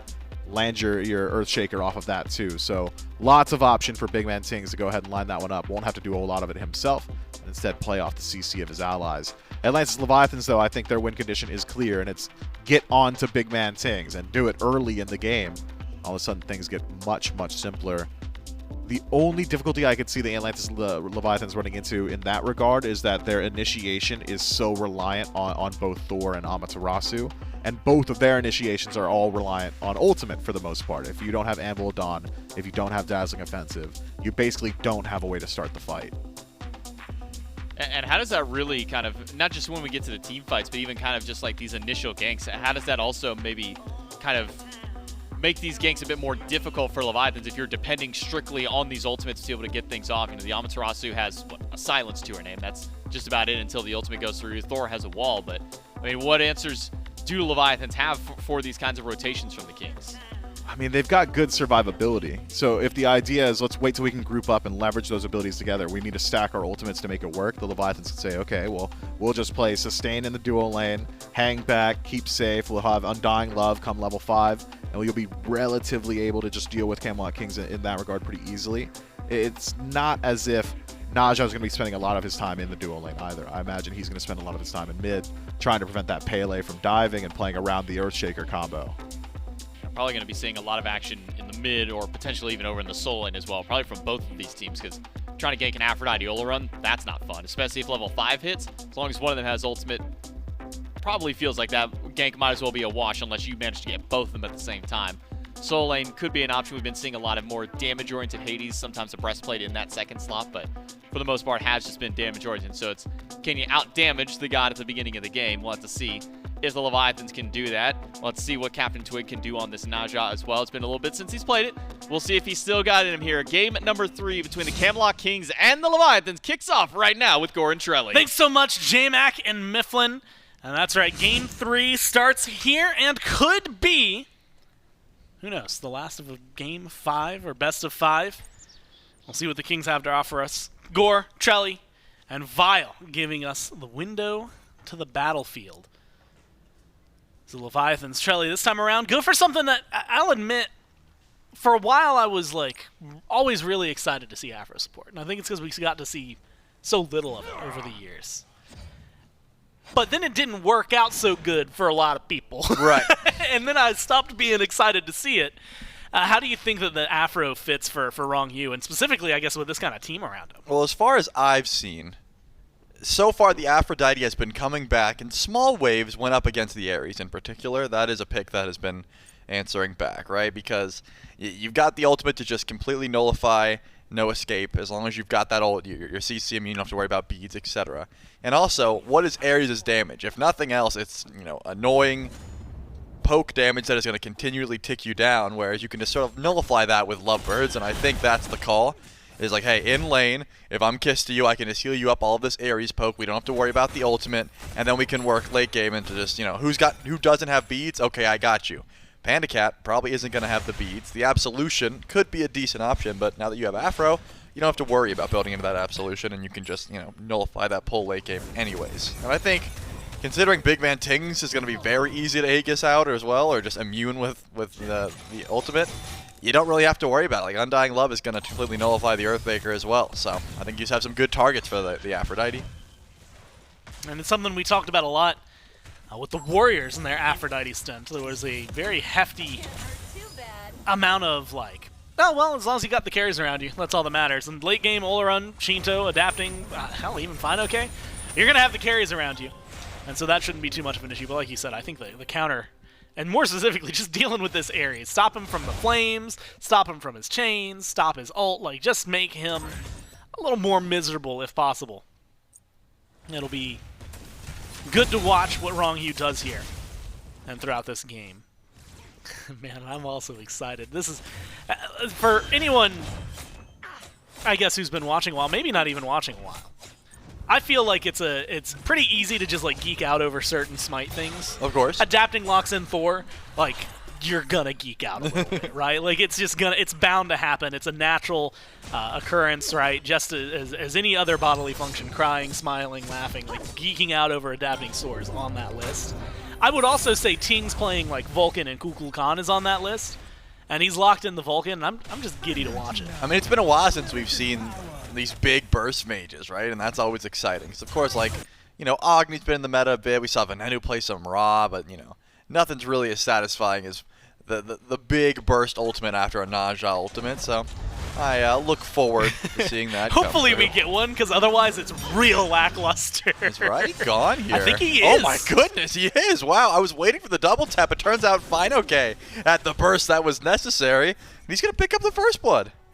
I'm impressed. I mean, the wall was really well placed. Of course. Instantly, first off and foremost, As the it wall usually is. was really well placed. Turns out Adapting's got a good Thor. Who'da thunk it? But I was kind of in a similar vein, and I feel like we had this with fineokay's solo kill last game, where there was like moment in my brain where I'm like, yeah, surely this isn't. Yeah, like Variety, like Dash is gonna come up in a second. Like, and he had beats. This is over. Like this fight is not happening. He's gonna get out of here. And sometimes you just can't predict him, Charlie. I mean, that's the thing. The second he dashed, I was like, okay, he's just gonna walk until the wall comes, beats it, and he'll walk out. But it seemed like he held the beats for a little bit, wasn't expecting that much burst damage. Of course, adapting held onto the double tap the whole time, didn't even end up needing it because of the spin and, of course, the damage from fineokay. And you get the beats down, which means you've got the ability to do that again if you would like. Adapting will have that Anvil of Dawn here shortly, which he is able to get to now. The question is, do you have Variety out of position again where you can find that ultimate? Which he's up against the tower line right now. Well, I guess so. I guess he doesn't care anymore. I mean, fineokay hasn't backed yet, so maybe that's the big difference maker. fineokay, got first blood, wants to finish like a full golden blade or something. And this time, CaptainTwig's already here. Good sash, immediate jump in, dazzling offense used in response. Goes for the stun. He's in the tower. He's in the tower. No, fineokay! Oh my God, he gets the kill. Variety just about a foot too far forward, but it is all that fineokay needs. And now it is an 0-2 Hades matched by a 2-0 Amaterasu. And here's the Thor talk over so on much. the Quig. I'm amazed, because let's just dial it back. The sash connects, right? There's no bees. Twig takes up fineokay, Windfire wheels, lands into the Hades ult. We call it a day. We're talking about a different kill, and there's no way he gets another. Sheento gets another. Oh, this is not good, Gore. The floodgates have opened. First blood into a really, really good second blood, or maybe lucky, depending on where you slice it, for fineokay. The dunk down and left for a kill for PandaCat, and then Sheento with the ult onto Twig for a fourth. All in about 30 seconds. And I gotta break it down in my head a little bit more. Okay, sash connects, immediate ult doesn't come through. Afterwards, fineokay goes for the dazzling offensive. He's getting low, but there's still a chance. If fineokay or if CaptainTwig connects with the Windfire wheels, he can pick him up right after. It's kind of a dodgy scenario. So instead, Variety says, I'll ult, lock him in place. You get a guaranteed ult.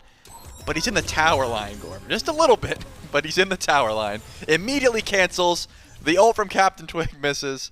And fineokay just starts laughing because he didn't deserve a kill, but he got one, and he'll take it. No. He's been perpetually bullying I thought he was Variety. going.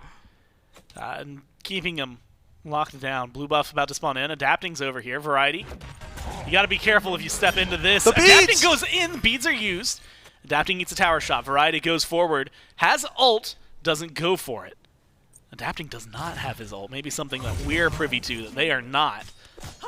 Based on timing. But Adapting, wow, he just gets the back. The blue buff is secured, though. Twig's like, wasn't there someone over here? He went to check. He's like, I could have sworn that we saw Adapting. But he goes back. Nice beats. And more specifically, nice beats from Variety. If that double tap connects, Adapting's getting the kill. But it misses out. I thought Adapting was dead, but they didn't quite catch him and maybe thought, hey, if we do chase him, he's just going to Anvil of Dawn and run away, and that's going to be annoying. We, of course, had the bird's eye view and the cooldown, knowing that Adapting's ult was not up. But he gets out unscathed, just loses his beads, which means CaptainTwig does have a target as long as BigManTingz is around, which his ultimate was just used, so don't think he's going to be able to follow up there. Probably just use it to clear a wave. He does have some good burst damage, though, so if Adapting gets taken up to the sky, we will find a kill onto the Thor. Not a good spot if you are looking for answer back so far for the Kings. 2,000 gold, 6.5 minutes in. And there were a lot of kills, Charlie, that happened in the blink of an eye. I think Sheento getting one, that's a pretty big deal. Of course, having Ama get 2 is a big deal. Ult used by Quig and then immuned out by Ronngyu, which is helping out the guy I was looking at. PandaCat getting a kill, which might have been the most disruptive for it. Only gets it onto Quig, right? It's not the largest shutdown, but that might change here.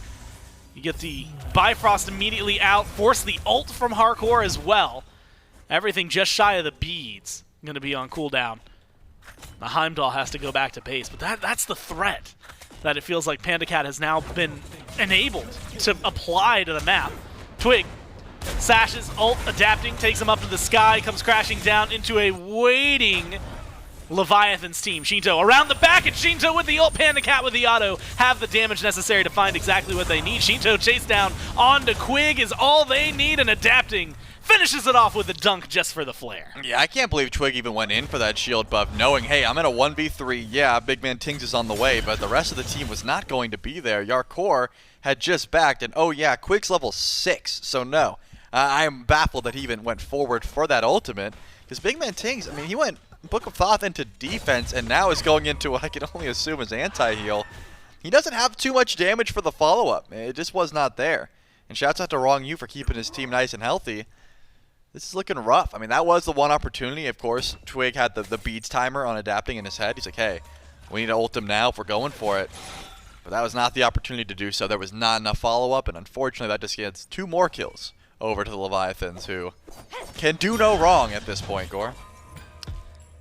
6-0, massive lead. Tries for a purple buff invade. Maybe there's where the wrong happens. They can't complete it. But yeah, Trelly, this is a very, very, very, very good start to a game, I think, for a Leviathans roster. If Sheento gets 1 more level, he's double Quig. Oh my god. That'll be exciting. I really hope he gets it before Quig hits 7. Now we're watching the race. 11-6. Well, Quig's in lane, so he should be getting some farm funneled into him. He's got to be close, But right? is it going to be enough? No, not yet. Now I'm watching like a hawk. This has become more interesting than anything else on the map to me. And it's mainly what can Sheento do. He might be able to get it right here. Man. Stripping speed away. Still not 12. It's going to be close. This wave will do it. This is definitely level 7. There's no doubt in my mind. It's playing against him. Quig has to be alive for that experience to get there. 14 is so much harder. So far. It's over. He's almost there. Yep, 7. Sheento, look, he's a power farmer. He has been. Well, Tingz made it to 12. Man, where's this guy getting all the farm from? He's stealing it from Sheento, I guess. There's level 12 for Sheento, just 30 seconds too late. It's a Gold Fury start. Yeah, Trelly, the control, it's there. I mean, we're joking about it. It's almost 5,000 gold already. Gold Fury started up. 5,000. Well, we'll call it 4.5. Maybe we should just call it 4, actually, as the number keeps dwindling down a little bit. Still, for 10 minutes, that's insane. Oh my god, poor Twig. Half his health. Just in the span of 2 abilities. A great double tap from adapting. And so while they don't get the Fury, Leviathans do showcase exactly how much power they have on the map right now. Yeah, I'm honestly a little bit surprised that that fire, or that Gold Fury rather, was even an opportunity. As we see the up-down from adapting, looking for Twig, doesn't find it, pulls the beads off of him. So that'll be the Anvil of Dawn down for Twig's bead, which is a worthwhile trade. I'm amazed that just Twig showing up to that Gold Fury was enough to say, okay, maybe we should back up. Like if it's BigManTingz, I think that's the difference maker, right? He has plenty of burst.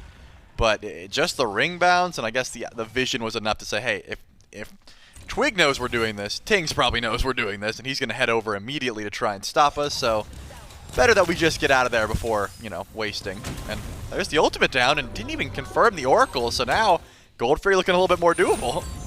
It gets split. 1 Leviathans, 1 King. So Oracles, just as a base mechanic for those of you. I mean, it's one that, honestly, if you don't go to mid often, you might not even know, but if you split them, you don't get the vision for either squad. So it's going to be the old-fashioned ward game. Kings already have 1 that's kind of like haphazardly placed sort of on the pit. And it looks like they just dropped another one dancing under the Fury next to a Leviathan's ward. So coverage vision is going to be there. Charlie, I don't know if you faint for it again if you're the Leviathans. I feel like the next time we see them maybe go for a pull, it's going to be because it's a full commit, not a bait. They definitely have the ability to do so. I mean, the PandaCat's doing plenty of damage. fineokay just finished that Shogun's Kusari, so if he groups up with a team, the extra auto attack damage will be massive. I kind of want him to head over, and it looks like he will. He dashed out of base, went left, not right, and has a Belt of Frenzy. My guess is early objectives are on the mind of the Leviathans, and they're going to start this pull-up immediately. Still, though, BigManTingz needs to be zoned away. Currently in mid lane. Never mind. You're good. You didn't even need the Frenzy. No, didn't need anything. Tingz didn't even have a chance to understand that goal was being done. At the very least, Beacon's up, but here comes fineokay to try and push you away. fineokay leading the way. Wall, double tap attempt from adapting. Unable to find that damage. Beacon spawned. And Rongyu's held onto it for a little bit. Kisses over to Sheento. They have about 1/4 of the beacon in their favor, trying to figure out how much control they want to really put onto this. How much you want to risk it. Tingz as mentioned, since he didn't do anything around the Fury, as he didn't have time to, still has the ult. One big grouping, especially around the beacon, could be a pretty easy ult target for the Vulcan. And it is going to still be just a small little dance. Looks like the Kings might just have control, though. Stun. Well, could have been an ult follow-up from Sheento if they really wanted to kill Twig off there. But instead, it's going to be a small reprieve for the Kings. And Charlie, the smallest of victories, as it is now past that 5,000 gold. In fact, they're starting to push towards 6,000 for the Leviathans. 13 minutes and double tap. Oh my god, so much damage from adapting. fineokay, relatively deep, but you got the team coming in and you've got assistance. He's soloing out Twig on his own.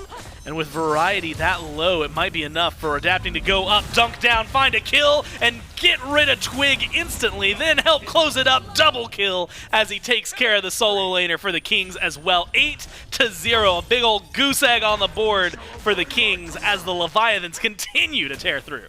I mean, that just shows a good sign of how this game is going. First of all, PandaCat's heading over, so maybe this is a Fire Giant and not just a Pyromancer. But fineokay popped Frenzy just as like a damage tool. Like, he just popped it so he could try and solo out CaptainTwig there. I honestly think that it should have been a Fire Giant call at this point. With no one nearby, fineokay's playing zone duty. They had plenty of time, but it looks like Sheento didn't want that tier 1 tower to go down, so he rotated over to left. If you want me to start looking at avenues back into the game for the Camelot Kings, that's usually my job at this point. Try and keep it, you know, alive. Yeah. I see shutdowns that could be had, right? Adapting 3-0. That could be a big bounty if they're able to find it. Or, yeah, that's try and shut down the kills. That's a good start. And what's unfortunate, because 8-0, like, let's go back. I do want to rewind, like, to last week, where Twig was up like 7-0. Right. That bounty is worth a ton, right? It's worth way more than the 3-0 guy. He's done so much for it. You're going to get a lot off of that kill. The Leviathans have spread the kills out so well that they've only got the one dude with 3. And even then, it's like, okay, well, you've made a small chunk, you know, like 2-level lead. Like if Twig gets it, or if Quig is able to get it, you're probably going to see a pretty massive experience swing. But otherwise, it's not that big a deal for everybody else except for the gold. We're almost here again. This is our last chance. Quig, level 9. Sheento, level 17. Oh my god. The race for double is back. I paid attention. The 16-8 was not there, but this is the last chance because I don't think he's getting to 20 before Quig gets to 11. I'm going to be honest, I gave up when I saw that it was 16-8 because I think Sheento was like 12 at the time. And he might look for it here, 17, as the fight kicks off up into the sky, but then crashing down, adapting, kills off Twig. And that is the lockdown. Maybe they're going to look for a little bit more. Variety has not been tanky this entire time. Do they have the CC? The kiss is there. They don't have the follow-through yet. Double tap again. Variety just takes so much damage from adapting. There's nothing you can do. Forced out. And it is a good play from the Leviathans and a wide-open Fire Giant, Trelly. They force out the Kings, and they're going to play the map. Yep, that Fire Giant's going to go down very quickly for a 15-minute pull. Looks like just grab the tier 1 tower is the call from BigManTingz and Quig. Oh, they're not even going to stick around. Honestly, probably a good call. The second you hear that Fire Giant die, just retreat. Primal Fury, though, that could be a nice win if the Leviathans weren't immediately beelining for it, which means they're going to be able to grab that for free. Quig hit 10, by the way. Oh, unfortunate. Maybe Sheento goes for 20 then at that point. Wait, Jarcorrr didn't stop his back, though. I wonder where his teleport's at. If it's very far past purple, there's no way. Oh, no. Yeah, his back doesn't even get stopped, so there's no way they can try and find Jarcorrr here. And this, okay, so in reality, if the Camelot Kings want to try and win this game, which I assume they do, sitting back under Phoenix is going to be difficult considering that everyone is ahead. So you got to try and take some uneven fights. You got to try and force, hey, if it's 4 versus 1, let's drop 3 people on the 1, right? You know, like however they're pushing these Phoenixes down, we need to sit around a corner, find a cheeky pick, try and stall. It's the best call. And I'm not saying that because it's a 15-minute Fire Giant. I'm saying that because of the gold lead at 16 minutes when there's still tier 2 towers standing. It's so difficult to try and come back from. And Ronngyu actually did pick up Absolution. I'm surprised. I said that's an item he probably wouldn't have to worry about, but I guess this is for everyone else, right? Yeah, I'm kissed to someone, and they'll be getting the CC immunity, but I want to give it to the people that are close to me as well. Be everybody's savior, right? Dunk down. Oh my god, adapting. Maybe we need to go in there, report some cyberbullying. That is just a 4th kill. So 0-4-0 on both Twig and Variety. Goose eggs in all kill and assist columns for the Kings. 10-0, 17.5 in, and an 8,000 gold lead right now for the Leviathans, with the Fire Giant still on 5. And I'm still, during waiting room, everyone always asks me, how come I hark so much on how BigManTingz is the picture of consistency? Look at that XP differential, considering the rest of his team. He is still relatively even. If Jarcorrr has to Aegis, he will be able to teleport out. That was a close one. Can Sheento catch him is the question. Yark needs to back right now. It looks like that'll be enough. But the fact that he is able to stay just a level down, in fact, he was a level up on Sheento for a bit, considering the rest of his team, there is just no other farm for him to grab. It's pretty ridiculous. Just sitting 0-0-0. I mean, it helps because you have the breastplate, right? You don't really have to make those heads-up plays. It's CaptainTwig's job, as far as I'm concerned, to try and stem the bleeding, to try and help out his team to make sure they don't keep getting ahead. So, unfortunately, he gets in positions like this, where he's trying to stop the aggression. Oh, Adapting even had the ult. Unfortunate. I thought he was out. I was watching Sheento's blink cooldown. Like, how long out of combat does he need to stay? And unfortunately for the Kings, not only is that now a 5th for Twig, I don't think Variety's going to fare much better here. Combined, he's got some healing. 0, 10, and 0 for the jungle solo combination. Leviathans figured out where they were going to be playing through, and they have funneled it all in. 6-0-3 for Adapting. He looks great on Thor. And 19 minutes in, Trelly, 10,000 gold lead.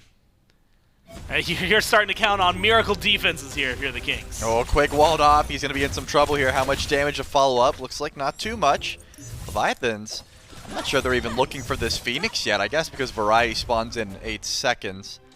A little bit risky to pop that much forward, but usually around this point I say something along the lines of, oh, those Phoenixes do a lot of damage.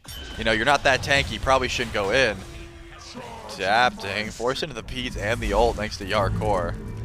But I would say that Rongyu's tanky enough to tank up a Phoenix here, right? Because he's got the extra level of sustain. That's the big difference maker. He's got Sentinel's Embrace, he's got the breastplate, and he's got healing. I don't think it would have been a crazy assumption that a Phoenix was possible, but seems like the Leviathans are going to wait for one more Fire Giant before they try to fully break the base. Actually, I've been watching the player cams a lot. I've been trying to avoid those. Well, I've mainly just been looking. Leviathans, every time he glance down, very vocal. Finally, I'm starting to see some from the Kings. But for a solid minute there, it just looked like dead silence and maybe resignation on their faces. Right now, though, again, communication back up. I'm waiting for Tingz. I feel like it's, at this point, you were talking about it earlier when we need to see some off-numbered fights. This might be one of them. fineokay, winning in the 1v1 against Variety, has to fall back when Jarcorrr gets involved in the conversation. Does allow his team to pick up pretty easily a Fury, and he still gets the kill. Come on! He goes in and finds it. Is going to get punished for his sins, it looks like.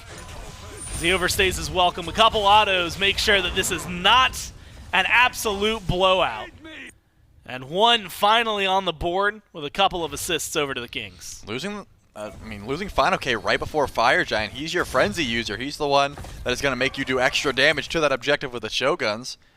But can Sheento deal with Yark is the question. Or doesn't even care about Yark. Seems like he's going for Tingz.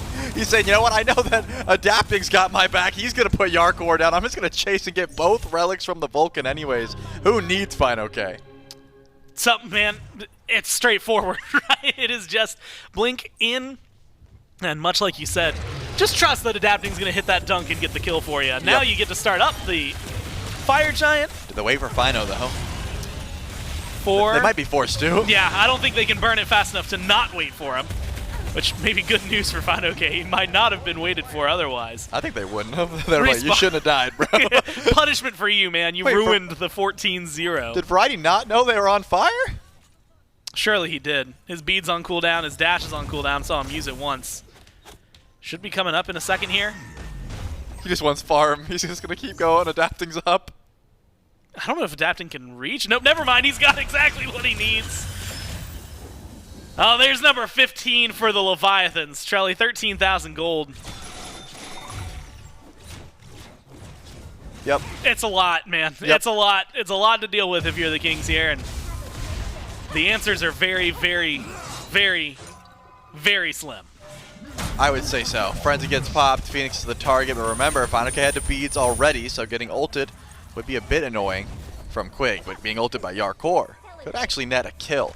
Remember, the carries, the actual damage dealers on the side of the Camelot Kings aren't too far behind. I mean, Tingz is level 20, he's got upgraded starter, he's got Ob Shard, whereas Jarcorrr upgraded that starter as well, has the kin size.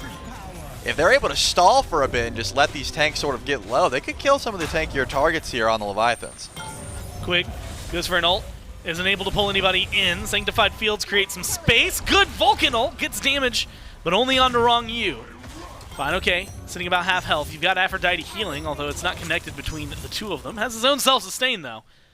And they're going to pick up a little bit of that health bar before poking in. PandaCat on the Olorun. A little bit of damage, but the Phoenix still stands as they wait for their minion wave to come in over on right. Adapting, going up into the air. Variety tries to create some separation, but it's Jarcorrr who's dunked on wall, not able to find the stun. Adapting eats a lot of damage. They could find their second, and they do. Shut down kill for Twig onto Adapting. fineokay, he's deep, but you've got Sheento who's creating space. Double kill for the mid laner, but he might have bit off more than he can chew. Low health and saved thanks to Ronngyu and the relics. The damage still flows the other way, though. Quig goes down, and the Kings unfortunately keep falling, but they're finding kills, Trelly. One by one, they are finding their openings and finding their moments. Twig is unable to chase out another with the help of Tingz. They put a kill on the board, loses his life in the process, and it looks like fineokay and Ronngyu. This is an absolute masterclass on how to balance Phoenix aggro. Everyone is tanking it, backing up. Can Tingz even keep this Phoenix alive? Does not look like it. He'll get one kill, but they don't have any more damage. Sheento has to back up, fearing the backfire. No way, they're still going in, though! And you've got the damage to do so. You kill off Tingz, you kill off the bird, and you might just kill off Variety. No! Oh, no! How catastrophic for the Kings. What felt like finally. What? Quig missed! He missed the ult! Look at Tingz! He missed the Ares ult! Charlie, they finally got some kills. That smile on Twig's face just says, unlucky, bud. You know, you'll get him next. He tried to blink, that's what it was. He got put into combat, he couldn't blink. They lose 2 Phoenixes. They did. It's 21-4. It's 15,000 gold. And Trelly, I'm gonna keep it real. Please do, Gore. The only kills the Kings got were the Levi's that dove super deep. Oh, of course. Adapted completely choked, though, by the way. My man tried to go for the kill, sort of, whiffed onto Jarcorrr, ended up having to Aegis. So I don't think that was him diving too deep, essentially. He just kind of did not expect the relics from Yark. So that was that was good. And you know what? We're going to hold on to it. At least I'm going to hold on to that. Leviathans get the Primal Fury. Sheento's taking the beacon. Does Twig get spotted out here? No, he doesn't. I thought CaptainTwig was on Adapting's radar. Looks like he's not. Fire Giant, that's gone, right? The buff no longer here. So Leviathans look like they're just going to stall for a bit. But Adapting knows that Yark's around. Is fineokay covering the option? Does not seem like it. If you're Jarcorrr here, there's no way your teleport is anywhere within ulting distance, right? You are making sure it's near Phoenix at this point if you're going to push up this far. As safe and as far away as you possibly could have it. The inverse of what we saw, what was it, Zap last week? It felt like, if I remember correctly, he was using it very, not just aggressively, but as a teleport. Yep, for sure. He was going from base to the enemy Titan with his teleport. It is the opposite of that, where you are doing your best to get back to base. Titans Unleashed, they're going to run down left, and it looks like the Kings are going to answer that in kind. You know, Charlie, one of the things we had talked about, and I think needs to be mentioned, but in Game 2 we talked about like hunkering down, right? Withstanding, enduring, I think was the word that I used. That's kind of where the King's mentality needs to be at, is endure. You've got 2 Phoenixes down, but your Titan's not in the room. Maybe you can walk away unscathed from this one. Maybe not, though. Sheento ults forward, dunk down. My God. Just let the man live for a moment. 1-7-1. Only beaten right now by the 0-9-2 from Variety. Twig and his solo laner just cannot catch a break. Sheento gets walled off by adapting, though, so maybe that's the break they needed. The issue here is that Quig can't blink because he keeps getting put into combat because of the contagion. Finally, he is able to back up here, and it looks like he'll be able to just walk out for free, but the Titan is still alive. Camelot Kings do have their right Phoenix up, but there's a fire wave. There's 2 fire waves actually over and right, and mid Phoenix still has some time, so the Leviathans can walk forward with some sustain from Ronngyu. We'll be okay to walk forward with that frenzy being popped. It's going to be damage. The bird, main goal, variety.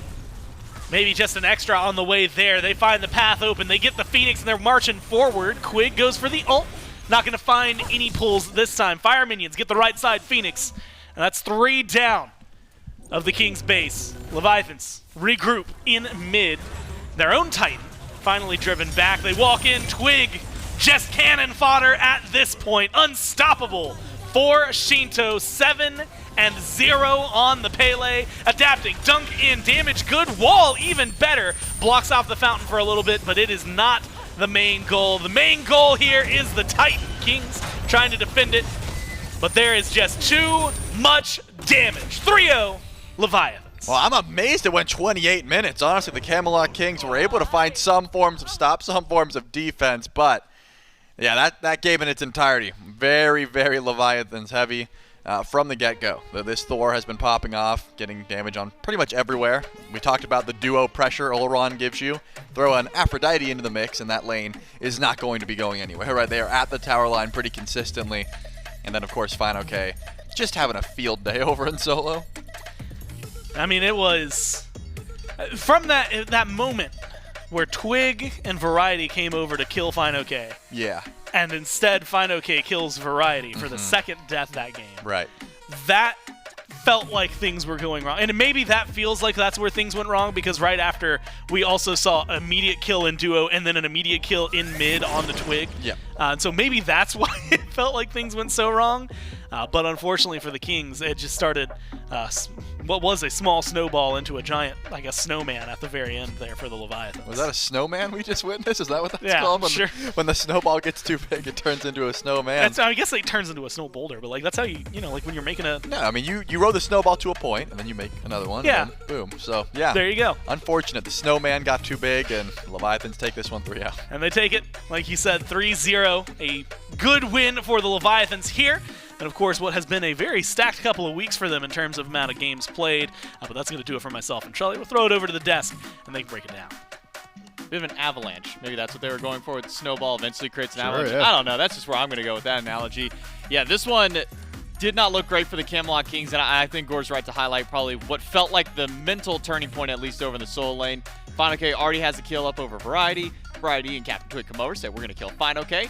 And then Variety dies under the tier 1 tower, and fineokay lives, and it felt like from that point on, at least the solo and jungle mental of the team starting to go down a little bit. I mean, to speak completely candidly, the extenuating circumstances surrounding this set do mar it a bit. Game 3, of course, I'm going to give the utmost credence to mental crushing. I mean, they could be right about that individual match. Maybe one thing happens there, but I think the mental crush happens in Game 2.